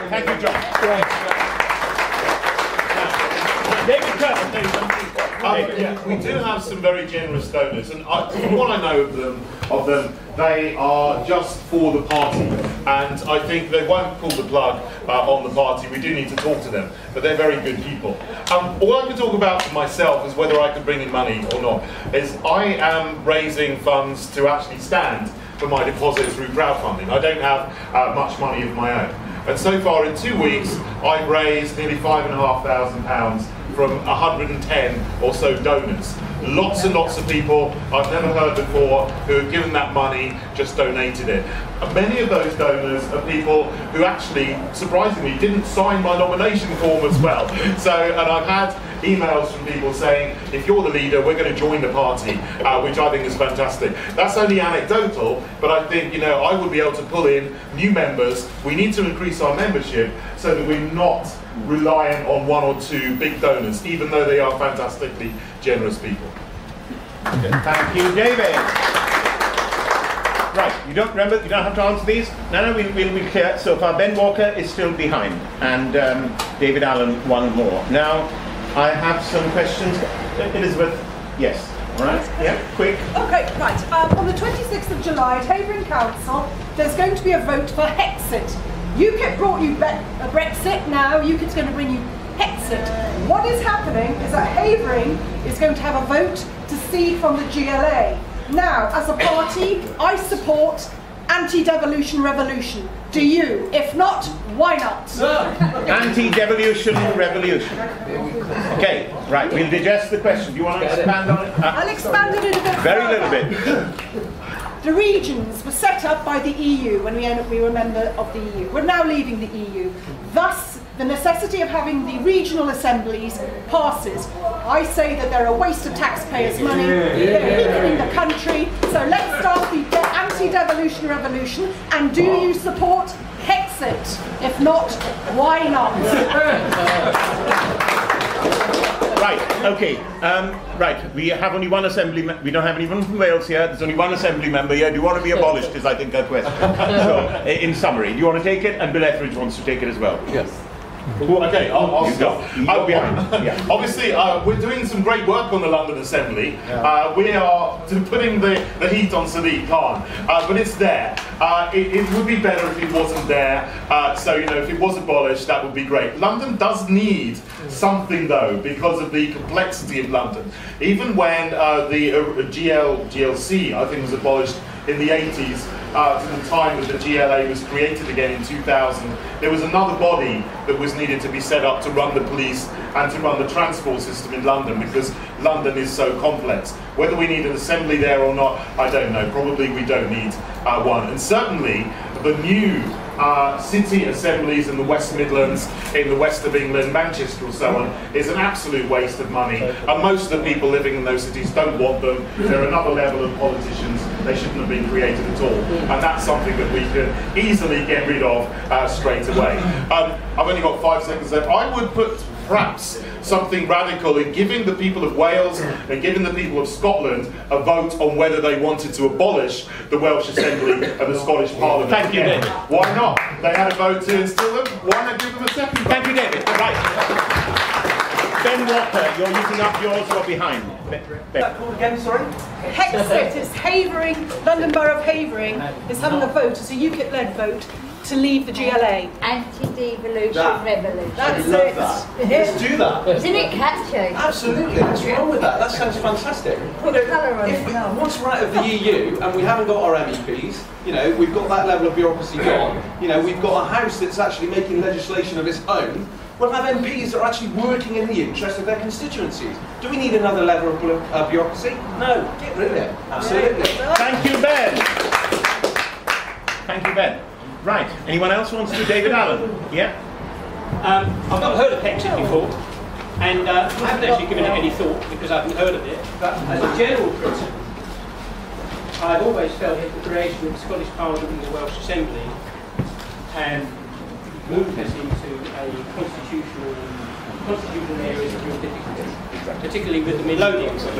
Right. And they are, well, you know, there are 59 members of Parliament in Scotland, then you have another 123 members of the Scottish Parliament. There is no way that you can solve the problems by having more politicians. we need less. Yay. So that's my general view on that. But I have to say, we are where we are, and as a priority, that's not it. The priority is to get a fairer voting system so that more people get representation. Thank you. That's 182, by the way. 123 plus 59. Now, we could take a... Bill wants an answer. Yeah. Yeah, we want to hear from Bill. Can I? Absolutely. Yeah, right. Thank you. I'm really keen on this question. I like it a lot, and I'll tell you why. On that fantastic night back in 2014, I wasn't just elected as an MEP. I was elected as a councillor in Dudley. What's happened in the West Midlands and in the North West is that the government has put in place these super authorities, the kind of thing that we got rid of back in the 80s and saddled us all with debt. They're bringing them back in.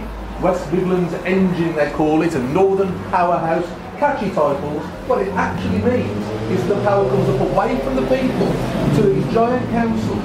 The debt and the spending commitments come down from the government to these councils, and what you're left with is something totally undemocratic that nobody ever voted for. There were votes in Birmingham and I think in other areas saying, do you want a mayor?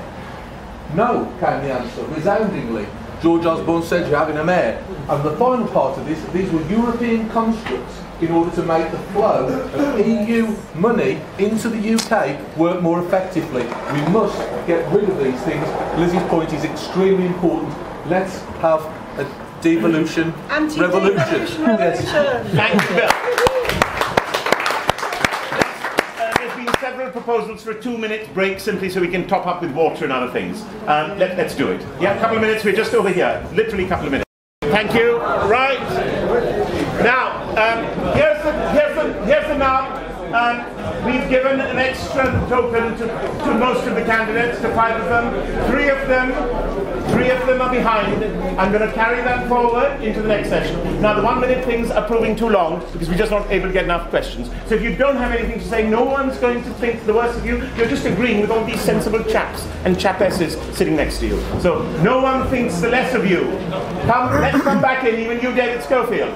Now, Ben Walker, David Allen, and Anne-Marie Waters are all with 1 in credit. Everyone else has answered the same number of questions. They've answered the same number of questions, but 1 fewer. Andrew Price, you will get your chance. Now, I've got a good one here, and it's a good one to kick off with. Which of Nigel Farage's qualities or policies do you most resent, disapprove of, or abhor? Which of Nigel Farage's qualities or policies do you most resent, abhor, or disapprove of, if any? Poison indeed. We've got 30 seconds now, and I'll be counting the 30 seconds. Whoever wants to do it, take it up. David Allen. Right, I heard Nigel speak on many occasions. Over the last couple of years, wherever you go, wherever you hear him, he does it very well, but he says the same thing. One of the things that happens when leaders have been in the role for a time, they present what they had thought about and developed in their own minds before they became leaders. And it is a continuation of the same thing. Very powerfully said, great guy, hopefully against him, but that's the only thing I would say. That is 30 seconds, thank you so much. Anyone else wants to pick this up? Quick. Ben. The only thing I would really say is I actually rate Nigel Farage hugely. Yeah. The one thing that I could say that he maybe got wrong was that his idea of we just do it and find the money later. That was a problem for us. You know, you need to budget, you need to have departments within the party that have budgets, that have money to spend. And I said that was the only thing he got wrong, thinking that we can do it and we'll find the money later. Thank you. I'm not aware he said it, but you may well be right. Good. Anyone else wants to pick up this difficult and dangerous one? David Coburn, was that you? No, you didn't want to put your hand up this time. Oh! I think the sun shines over his fundament.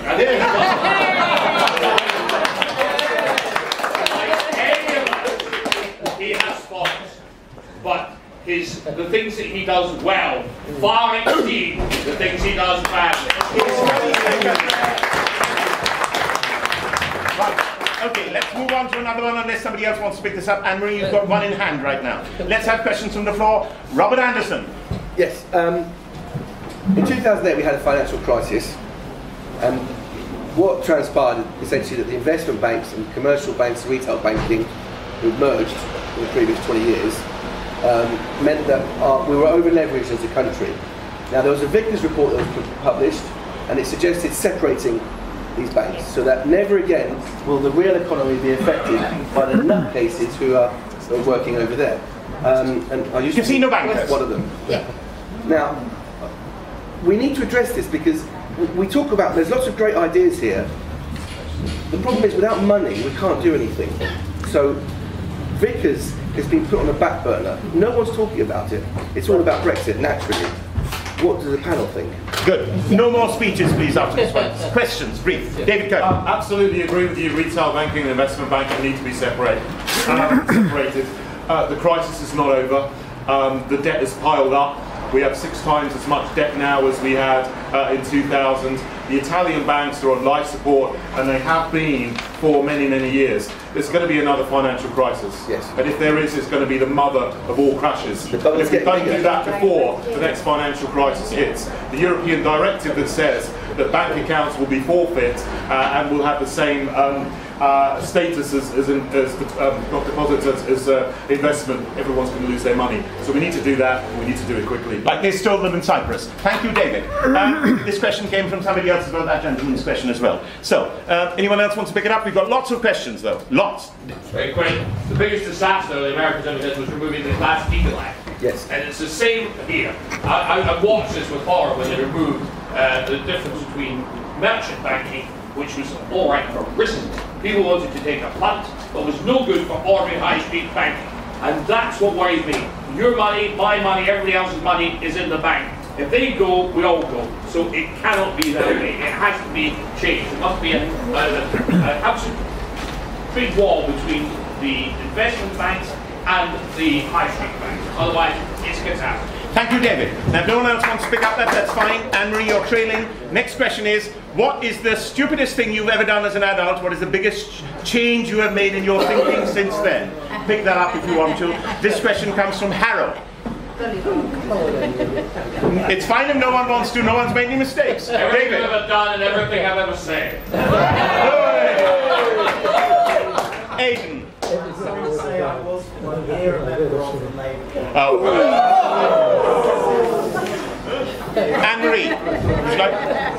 Yeah, I was a member of the Labour Party as well, but I don't. I've changed a lot since then. As one grows, one changes. But I don't think we should be necessarily saying that being a member of the Labour Party is the biggest mistake you ever made in your life. If you're going to appeal it, you're trying to appeal to the Labour Party voters and win them over. Same position. Don't insult people if you want them to vote for you. Thank you, Anne-Marie. Right. Here's one from very close to heart. I helped persuade Diane James to put her name in because I didn't think we should put all our eggs in one basket. What makes you think you're tough enough? Don't raise that. Oh, okay, all right. I thought you were okay. Oh, well, no. I was just interested in your question, Freddie. Right. But no, no. Look, frankly, if you really love your country, if your affairs are in order, and you have this idea that your life exists to serve something, then frankly, there's nothing that can hold a person back. If there is a vision that inspires them, they have people around them who are supportive of what they're doing, and that frankly describes my situation. So you're tough enough. Right. Yeah. Somebody else, Bill Etheridge. 20 years in the steel trade, pretty tough.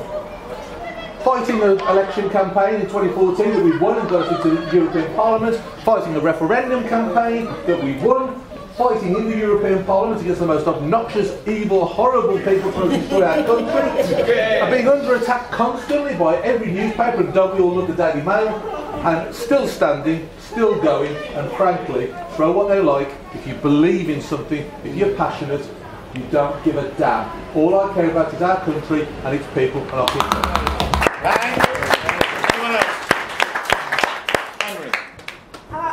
Am I tough enough? My God, I've spent the last 10 years getting punched from every which angle imaginable and kept on going, and I'm still going on now with very little money, with nothing but a belief and a passion driving me, I've dealt with a hostile media for 10 years and gotten to the point where they're now apologising to me for smearing and slurring me. And above all, I'm now standing here with the entire establishment of my own party actively speaking out against me. And I'll take those punches and I'll still keep taking them and I'll still be standing here. That's tough.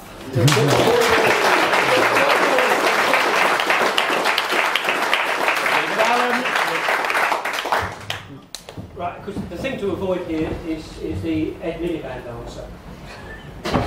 So it's one of the things that makes this kind of thing easier to do, because you do come into a lot of criticism, you have to expect people to criticise, is to be comfortable in your own belief set. And I'm comfortable with my belief set, what I would like to achieve, and the impact that I would like to make. So hostility is something which kind of light-heartedly, because it's about your beliefs, you don't see it about you. A life philosophy, I suppose. Thank you. Right, so are you tough enough? Was that a yes? I think... yeah, okay, good. That's fine. Yes. That's fine. Does anyone else want to take it other than David Coburn, who is already going in advance? Yeah? Go on, if you want to. Spent many years trading the futures markets here in the city, London, New York, Chicago. If you're not tough, you can't do that. I also happen to do this job that Nigel's doing every single day in Scotland. We've got our own press, we've got Scottish Daily Mail, Scottish Daily Telegraph, Scottish, everything. And we also have all the television stations as well. So I've been doing the job Nigel's been doing in Scotland for the last several years, 4 years or so. So I've already proved I can do it. And you only have to look on Facebook, or you have to look on the internet, you can see everything I've done. So you don't have to guess, you can see it there.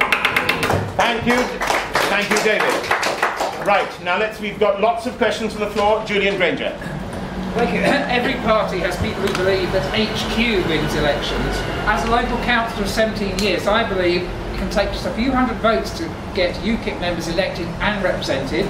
Politicians reach people by addressing their personal and local concerns, and local government is less wasteful than central government. Quangos. So how would your leadership support local government candidates in 2018? Thank you, Julian. Who wants to take it? Ben Walker. So the absolute focus for us moving forward is you, it's the grassroots. So we shouldn't be thinking about MEPs downwards, we should be thinking about parish, town, district councillors. Once you've got those and they've got their own little majorities going and their own little support bases, you then build, then you win men PCs. And that's the way that we need to go, from the grassroots up. I fully agree with you. Thank you, Ben. Anyone else? David Allen.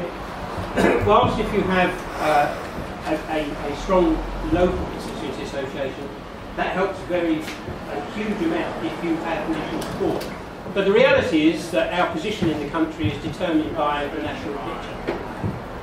For me, I would dispense with having a manifesto that comes out a few weeks before a general election and have a rolling manifesto which is always there, that is incredibly supportive for local elections, because then the candidates have something to talk to people about.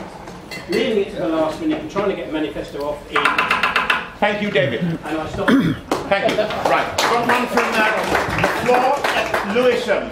Right, now this is going to be lightning speed, so please focus. I'm trying to do it lightning speed as well. Do the panel think that the concepts of hate speech and hate crime represent essential safeguards for vulnerable minorities against abuse and intimidation, or are they instead an excuse for a politically motivated debasement of the law that has resulted in prosecutions being based on sectarian preference rather than on impartiality?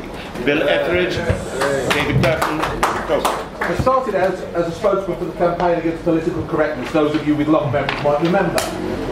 Anything that changes the law of this country from being a simple, straightforward law that is equally applied to all is wrong. And if you say something's a hate crime and make it worse for that basis, no. What it's all about is British law, the greatest law in the world. This the example that's being set to the world being properly applied to everyone, no matter who they are, and making sure that's enforced so that the authorities don't fall for this PC claptrap. I absolutely agree. Hate crime and hate speech is a form you can prosecute it and you can punish it. But we need to change the Equalities Act which says that you must pay particular regard to people with certain characteristics. And that means that people with certain minority characteristics have special rights, not equal rights. That is wrong. Thank you, David. Thank you. If you're agreeing, John, please have your comment. Simply, freedom of speech is non-negotiable. Good, that's it. Thank you. Anne-Marie. Anne-Marie. The whole thing has to go. It's an absolute mess, an absolute disaster. We are all equal citizens. A crime against one is not worse or better than a crime against the other. But let us practice what we preach. If free speech is not debatable, then let's have it that way. And let's let people talk about a religion if they want to as well.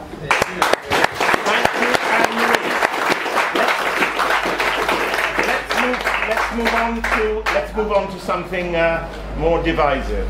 Because we're getting the same answers from candidates. Please, if you're saying you agree, don't agree. Disagree or don't say anything. Right, here's a nasty one. What have your financial contributions been to UKIP so far? Either indirect or not. This comes from outside London. It has, I'm willing to let this go past because we've worked this one before. Why didn't you stand, if you didn't, in the 2015 general election or in the 2017 general election? Paul Nuttall did give us a policy of stand or stand aside. This caused me some problems in London, but we're not here to talk about mine. Every region did, because the instructions changed midstream. Why did you not stand in 2015 and or 2017? Anne-Marie's, I think I can guess what you're going to say. Well, first of all, I did stand in 2015, and I did very well. Came third in Lewisham, beating the Greens and the Liberal Democrats. I didn't stand in 2017 because I wasn't allowed to, because we didn't practice what we preach about freedom of speech.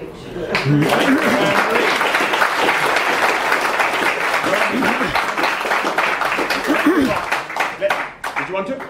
Yes, please. Yes. Yes. Yes. I stood in 2015 in Cardiff South and Penarth, but I didn't stand in 2017 for two reasons. One was that we had a local candidate who was excellent, but the primary reason was that I wanted to travel throughout the country, helping as many different candidates as I could. I felt I was more used to the party creating videos for 19 different candidates and getting several 100,000 video views for them. I think we have evidence that that was indeed the case. One reported to me they moved from position 150-something into position 5 after 15,000 video views. Thank you, John.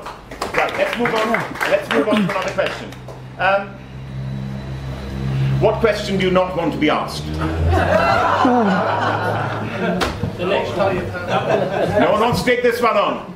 We don't have any leadership battle. Not with me. You want to answer it? Answer it. My view is... Answer it. I have to be able to answer any question.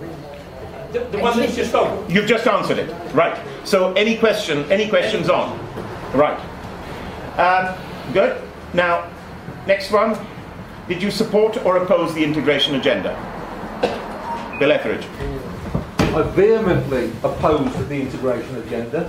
I think it was absolutely appalling, and what's more, the timing of the launch of it didn't matter what else we said during our election campaign, because all anyone thought about was the fact that we wanted the state to forcibly look up at little girls' skirts, and it was a disgraceful thing. And when we raised objections to it, and I can assure you, objections were raised not about the bulk of it, but about certain aspects, we were laughed at, shouted down, and a small minority of people dominated the policy of the party. It was a disgrace. Thank you. John Rhys-Evans.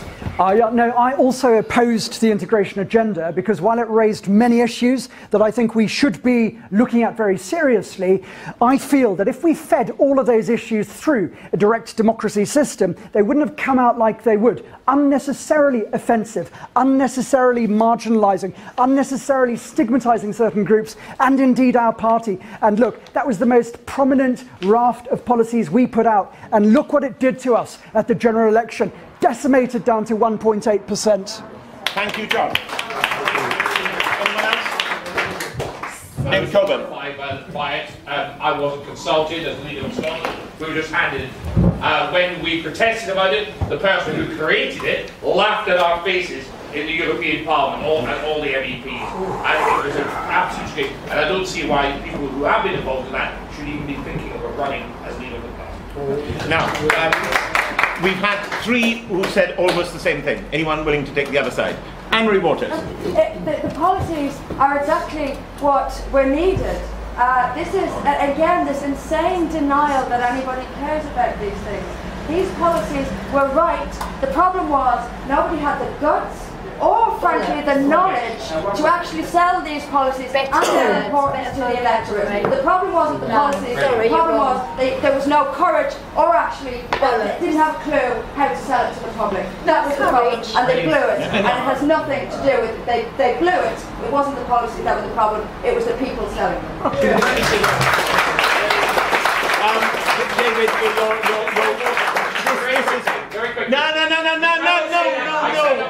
No, my voice is loud. So what she's saying is absolutely. You've said it already, David. You're way over here. Yeah. Somebody else wants to pick it up. David Kurten, do you want to? Yeah, there were some good things in it. There were some bad things in it. I was there at the integration launch. I was talking about the parts to do with education. There were some things that were going to be in it that were even more radical that we discussed and that didn't go in it. Yeah, so it's a mix. We need to consult more. And again, with policy, we did this as a party just too quickly. And policy needs to be rolling. We need to have a policy team that operates all round the clock, responds to everything that goes on for 4 years, for 5 years between two elections. Not to come to a situation where we have to, where we're just making... Would you say it wasn't your baby, this one? Right. Let's move on to another one, unless somebody else has got... David, go ahead. Something different, please. There are two issues here. I support the concept of integration in that's opposing sectarianism and isolationism. But I think what we're really talking about is how the party approached that at the last general election, which was an absolute disaster. I did a BBC radio interview in Rochester, where I stood in 2017. Almost the entire interview was about Van der Berg. And it just covered up anything else you wanted to say. Thank you. Thank you, David. Now, let's move along to something else now. The biggest... right, sorry, let me start again here. Where will our party be in 3 years' time if you're the boss? I think we'll be in government. That's what we all want to be. You mean the Parliament Act is going to come in? I think there will be another election in about 2 or 3 years' time. If we get ready, in the last election, I think half the people in the country voted for someone that they didn't really want to vote for to keep out someone that they really didn't want to be in Parliament. Yeah. So many people of them want UKIP to be good. I will make UKIP good again, great again, and we can be in government. That's where I want us to be. We've got to have that vision to go forward. Right, thank you. Anyone else? Ben, you're behind David, if you really want to. Let's get... In 4 years' time, we're going to have an election in Scotland, and it will be proportional representation, and we have the chance to get people in. If we don't have a group in London saying stupid things about Scotland. That's what happened in the last election, the Scottish election, and it was disastrous for our campaign. We worked very hard, and it was disastrous because of that. And one of the reasons I'm standing, I don't want to be standing 4 years hence and have some silly ass saying something stupid. In the manifesto that was last produced, we had two people, Patrick O'Flynn and Suzanne Evans, saying... No, we stopped there. We stopped there. We have stopped. We are not going to have this. No, we're not. Thank you, David. Right. Now, anyone else wants to touch this? Where do we want to be in 3 years' time? Yeah? No, we've got lots more questions, so please don't feel the need to grab ones you don't really want. Now, let's save this one for a bit later. Succinctly explain the core instincts of a UKIPper that bind us together and will enable us to grow as a party. This comes from the chairman of the Islington and Hackney branch, who can't make it. Core values, core instincts that bind us together, Ben Walker. That's very simple. If you look at our constitution, we are all supposed to be libertarians, which to me means that we are a low tax, small state kind of party, right? People are free thinking, they're allowed to sort of speak out. Debate that's not, that's not a terrifying word. That's things that we do. That's what we should be. We should be focusing on targeting certain individuals or targeting certain areas of society. We've got to be free thinking and radical. We're libertarians, and that is why I believe it binds us all together.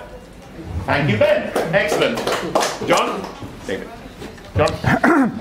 I believe that all members of UKIP at heart believe in the concepts of genuine democracy, genuine personal liberty, and the uncompromising rule of law for all people within this country.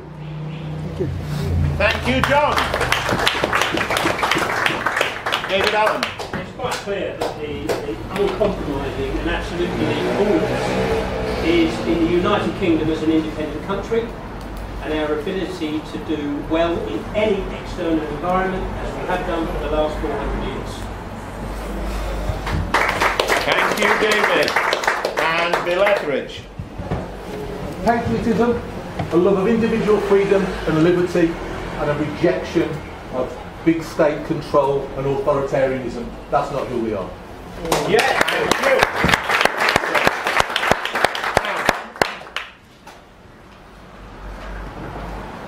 We're getting into really, really murky waters here. Would anyone, right, what is your experience of winning elections? Bill Etheridge. Right, experience of winning elections, a lot of it down to the fantastic efforts of Nigel Farage, who we all sometimes forget, but we worked hard around in 2014, elected to be councillor in Dudley on the same night as being elected to be an MEP for the West Midlands. We worked our socks off, we put all that perspiration in, we made a tiny difference. Nigel and the campaign made a big difference, but we won that election. I've also run 2 general election campaigns for myself since, and in the previous life I was a campaign executive for the Conservative Party running their elections in the West Midlands. I know a lot about how to run elections. Thank you, Bill. David Coburn. I ran several referendums in Scotland, the one for Scottish independence from England, and I fought that. I also fought as on the television and on the radio everywhere. I also fought the referendum to keep Scotland out of the European Union, and UKIP in Scotland were the only party who were doing that. Every other party, Labour, Conservative, Scottish Nationalists, the whole lot, they were for remaining in the EU. And it was just our people, 20 odd people, maybe 30 odd people, going about changing our clothes. We were the only people who were actually protesting to make sure we got out of the European Union. And I was presenting that on television all the time. And I also raised money for Scotland. And we ran our own Thank you, David. Thanks. Right. John Rhys-Evans. Yeah, so during the run-up to the referendum, we were very worried that we might lose in Wales, because if we lost in Wales, we'd lose overall nationally by a ratio of 3-1. So I concentrated all of my efforts into doing what we could to win in Wales. So I recruited and trained and supervised 39 people to deliver 572,000 leaflets in South Wales, and at the same time made many videos that got about 1 million views on social media. And by the grace of God, we won by just over 1% in Wales and got 2-2 rather than 3-1. Thank you so much, John. Now, David, yes, something different. Something different. Yeah, the referendum which we won. We did something different there. I wrote virtually most of an 8-page tabloid newspaper which was called The Informed Choice. I had a view that if you presented arguments in a rational way, then people would read it and people will come over to your view. I also did that in the Rochester as True general election, something nobody else has ever done in any election, and that is to put out an 8,000-word, 8-page tabloid newspaper as an electoral mailing. Now, there is a way to do that and get it all posted for free. And I think that made it because I saved my deposit. Thank you, David. Well done in saving your deposit. Now, let's have a question from the floor from Andrew Price, who's been... Well, you've got the quote. I have the quote here now. I don't know how loaded this is. I prefer to ask my own question, so... Ask your own question, then. If you could do a better job than me, Freddie, you go ahead. Oh, animals. Competition. This is your question, yes? Indeed. Farage is clueless and cowardly, and this is precisely why I've always disliked him and his cronies. I have no idea who said this, by the way. Jack Buckby, Anne-Marie's yes. Is this a fair, my question is this the right estimation of Nigel Farage? I think we all say no. Well, what do they say? Well, I mean, obviously the implication is to blame that on me as well. I don't, Jack Buckby is free to tweet whatever he wants. I don't agree with that. You sack him. It's work for me. I have a team of people who help me. He's one of them. He's a free person. He's free to offer an opinion on Nigel Farage if he wants to. I don't agree with it. I think he did that after the Sunday Politics, which I made my own comments, where I said I admire him greatly, and I do, but I think on this issue he's wrong. I'm not responsible for what Jack Buckby puts on Twitter, and it's a little bit ridiculous, really, to try and blame him. Right. Say the rest of the panel, you probably don't think Nigel is any of those things. David, you're completely on borrowed times, mate. You spent all your coppers have been spent right now until we get a refresh. You're on 7 already. Now, next question. How would the new leader set about building bridges with the Muslim community and others, Chinese, Indians, etc.? The use of this word Asians is ridiculous since half the planet's Asian. So, anyone wants to take that one up? That comes from somebody who wants to be named. Sue Benjamin's in the Barking and Dagenham branch. I'm already standing up. There you go. Absolutely, you're already standing up. Thank you, that's not how we're going to do. I think that Hindus and Sikhs and fantastic people, they would naturally come to UKIP because they're proud patriots, British Hindus and British Sikhs. With Muslims, we have to make a distinction between those who are radical Muslims like Wahhabis and Salafists, and those who don't like this country, who hate this country and want to radicalise people to destroy and kill. And those good, lovely Muslims like the Ahmadiyya Muslims, the Ismailis and the Sufis, who are proud British citizens as well, who naturally are socially conservative, like I would take the party in the direction on, and I think they will come to UKIP as well. Thank you for elaborating.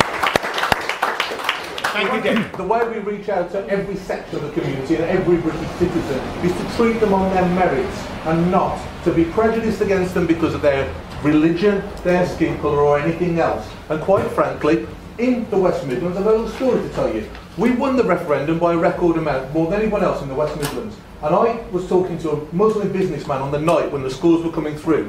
I was concerned. And he said, don't worry. And he showed me his phone. And he showed me a trail of emails and texts all across the West Midlands from different mosques, different community centres and different businessmen, all of them voting for Brexit, all of them patriotic and all of them wishing the best for our country. They just want to get on with their lives, run a business and be good citizens. If they don't want to be, they get the same penalty as everyone else. Thank you, Bill. Thank you, Bill. Right. This is a difficult one. The Evening Standard today reported that Gove and Boris are trying to crash EU negotiations so that we have a hard Brexit by walking away and reverting to WTO rules. I'll repeat that again. Walk away. Can those candidates who approve raise their hands? You're all candidates as well. Excellent. Can we have £5.5 Courage, please collect £5.5 from all these people who raised their hands. Good. I rather thought this was a rabble rouser. Now I'm getting text saying we should wrap it up. How about another 20 minutes and then we wrap it up? No, 10 minutes. 10. Okay, 10. Right. 10 then. What? Now we've already done hanging, so we talk about guillotining now. Because what do you want done with the NEC and its subcommittees? This question comes from an ex-NEC member in Switzerland and UKIP daily commentator. What do you want done with the NEC, if anything? Anyone wants to take that up? Yes. Okay. My view is that the NEC is an approximation of democracy in much the same way that modern representative democracy is an approximation of democracy. There's no need for it. We have a means of expressing what is our will, so we don't need them to tell us what we think on our behalf. What I want to see is an an NEC that is composed of various different disciplines, and when people apply to be elected to the NEC, they essentially apply for a particular job, and we elect them on the basis of their ability to fulfill that role, and that role should be with respect to campaigning capability at national level and the ability to liaise down the chain of command to local level to ensure that all skills that we need to win elections are present. Thank you, John. Anyone else wants to touch that? Ben Walker. Same again, I don't see much place for the NEC as it is now, so I would like to see something like regional or county chairs who are elected by branches take up a seat on the NEC. So they, you've got that local representation from right around the UK. So the NEC is understanding the voice of you guys on the ground. Thank you, Ben, for that. Anyone else? Next question. David Kurten. That is going to be your last question then, though. Oh dear. Well, the trouble with the NEC is it's just selected by 120 words or whatever it is, and a photograph of yourself when you were demobbed from the Navy in 1945. It is ludicrous. What we need to do is have an NEC made up of people who work for the party, i.e. people who have been chairs of branches, people who have been regional chairs. You must have been seen to do something first before you just get on there because you've got a pretty picture and you look nice. It just can't be that way. And there's no way of checking whether anything they say is true. And they should be vetted in the same way that you vet candidates. Otherwise, it's ludicrous. Thank you, David. Now we have one, that's your last one now. Now we've got one from our very, very competent videographer, Chris Mendes, and it is 3 years we've talked about. What's your 20-year view? Where's the country be? Where will UKIP be? If anywhere. Now I just want one or two of you to do it because we're running out of time. So anyone wants to take this? Difficult question. 20 years. I've done it. 20-year view. Bill Etheridge. In 20 years' time, this country will be the envy of the world. We will have an economy that's more dynamic than the whole of the rest of the Western world. We'll be competing on the international stage unfettered by being chained to the corpse of the EU. We will be able to have our own rules and regulations. We'll have a great justice system that we have designed that isn't beholden on judges in Europe. We can do our own thing. We can be the greatest nation this world has ever seen again. We can do it. We just need to believe in ourselves. Thank you, Bill. These are the two very long questions. David Kurten's out. Aidan, you've been very silent. Commendations. Anyone else want? David? Yeah, I've got something to do this. In 20 years' time, I think we'll be in a country, and I think we're going to achieve this, where we have a truly representative democracy with elements of direct democracy within that. As a result of that, the polarisation of politics and the toing and froing of ideology will have ended, because we will have had coalition government that have been working and moving the country forward for several years instead of opposing each other for the sake of it. I think we will have rebalanced the role, even of the financial sector in the City of London, with a return to industrialisation. We will have encouraged innovation, inventiveness. You do well by making stuff that people want, making new stuff that people want, and selling it around the world. And I think that is Thank you, David. Thank you, David. Now, this is a yes-no from each candidate, please. A yes-no very quickly. Just a yes or no. Were the NEC to ban one of the candidates on grounds of claimed Islamophobia, would you support that candidate not being banned? I.e., would you oppose the ban? Yes, I would. Any candidate being banned on the grounds of Islamophobia, one of you lot. Anyone, would you support the ban? I would oppose the ban. You would oppose the ban. Anyone else would oppose the ban? Then say yes, you want to oppose the ban. I would oppose the ban. I would oppose the ban, but I don't have a vote. So, right, David, would you oppose the ban? I would oppose the ban, but it depends what else they've been doing. No, just Islamophobia. We ain't going to do anything else. Well, Islamophobia, alleged. yes, but other grounds perhaps. Fine. I would oppose it. Islamophobia is a made-up word.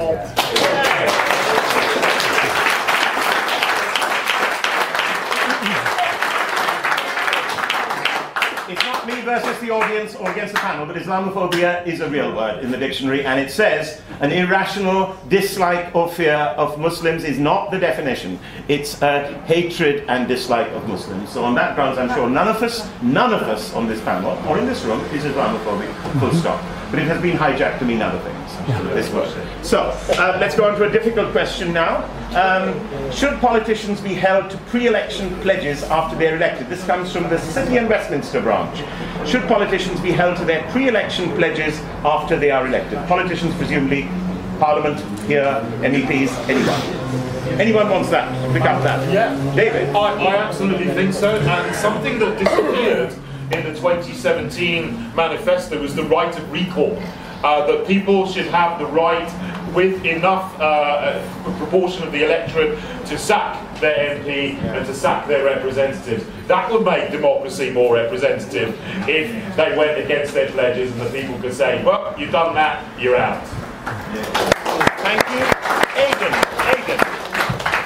I disagree. I think carrying on ahead over the cliff when the circumstances completely change is not the right way to go.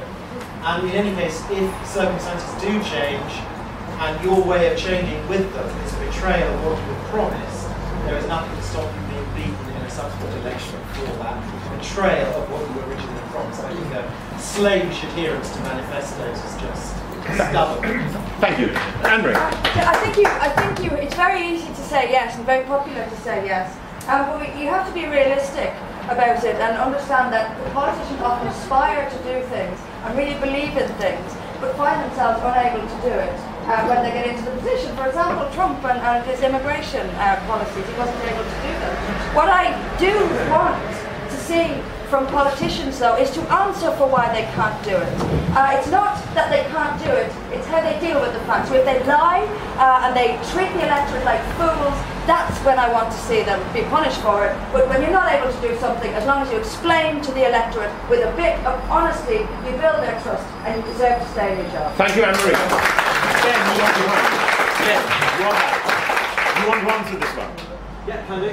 Absolutely, you're behind me. Yeah, so, yeah, I think they should be. And, you know, you could argue that the current system doesn't really allow that. The right to recall thing is very difficult to implement. But actually, if we changed our voting system and it was more representative of the communities than it actually, you know, that the people there being elected and they represent, that would be better. So you can actually kick them out. You have more chance of kicking them out at the next election if they didn't do what they promised to you. Thank you, Ben. Thank you. Excellent. Another one. UKIP won a historic victory 23rd June, but the battle of Brexit has not been won. That's obvious. In fact, we are probably losing it. What must UKIP do about it right now? If you became leader today, what would you do about it?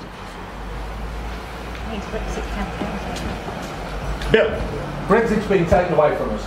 It's happening right now as we speak. It's happening by the big, powerful states across the EU and here. What we must do is how we got it in the first place.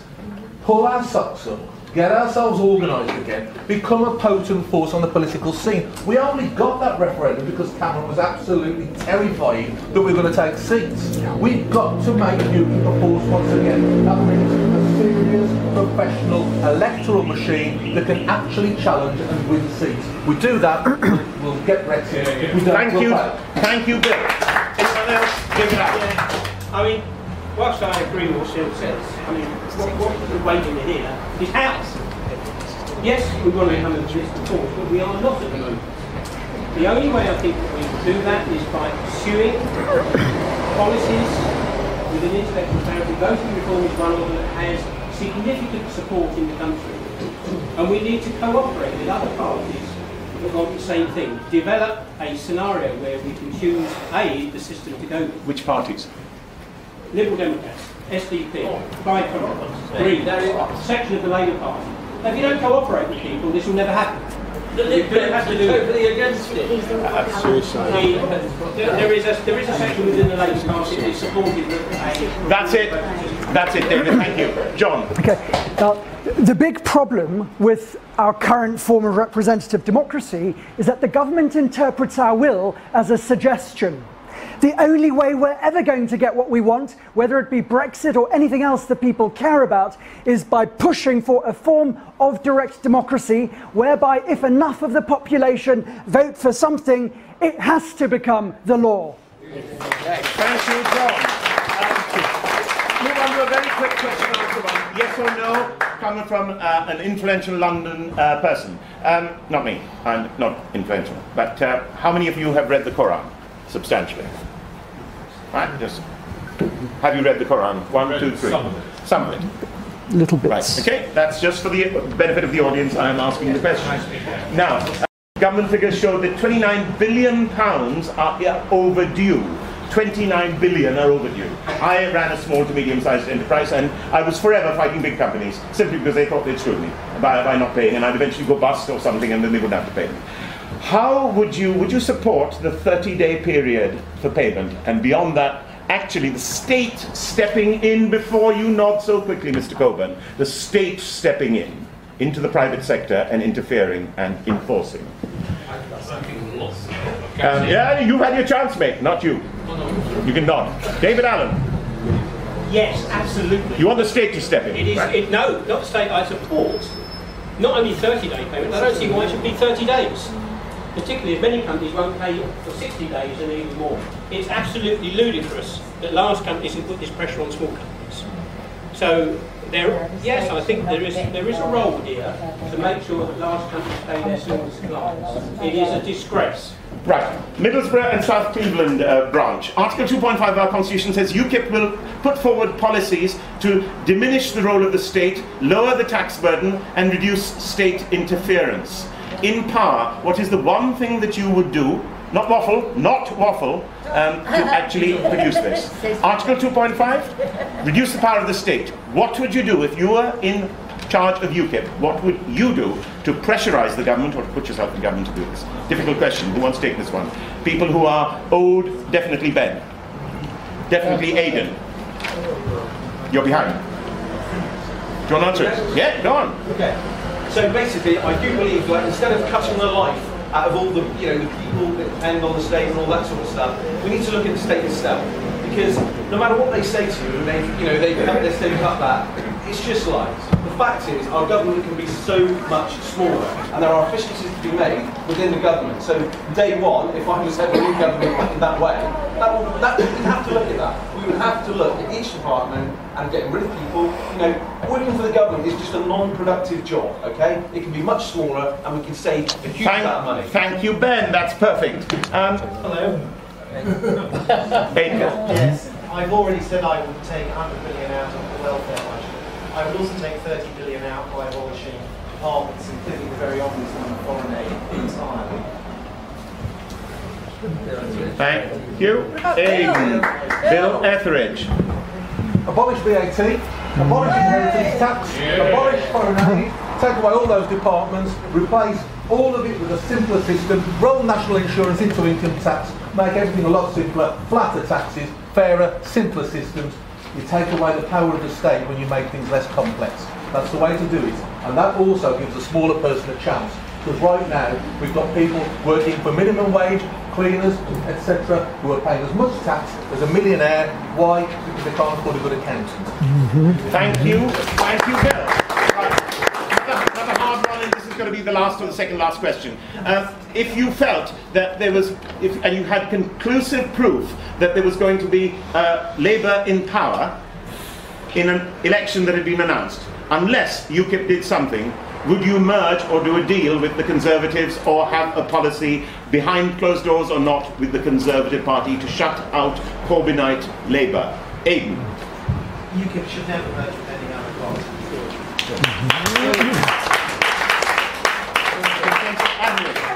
Again, you have to deal with the circumstances you have in front of them. A sweeping statement that merge with, no.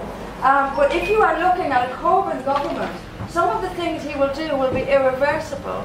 And if you can't fight him on that, you have to worry about the longer term. You have to find a way to keep him out now and then get back to basics afterwards. Sometimes you have to do what needs to be done to protect the longer term, and sometimes that means certainly means keeping Corbyn out of power. Thank you, Anne-Marie. Right. Last one then. Is the minimum wage correct where it is? Should be higher, lower, should be abolished? Minimum wage. Anyone? Aidan.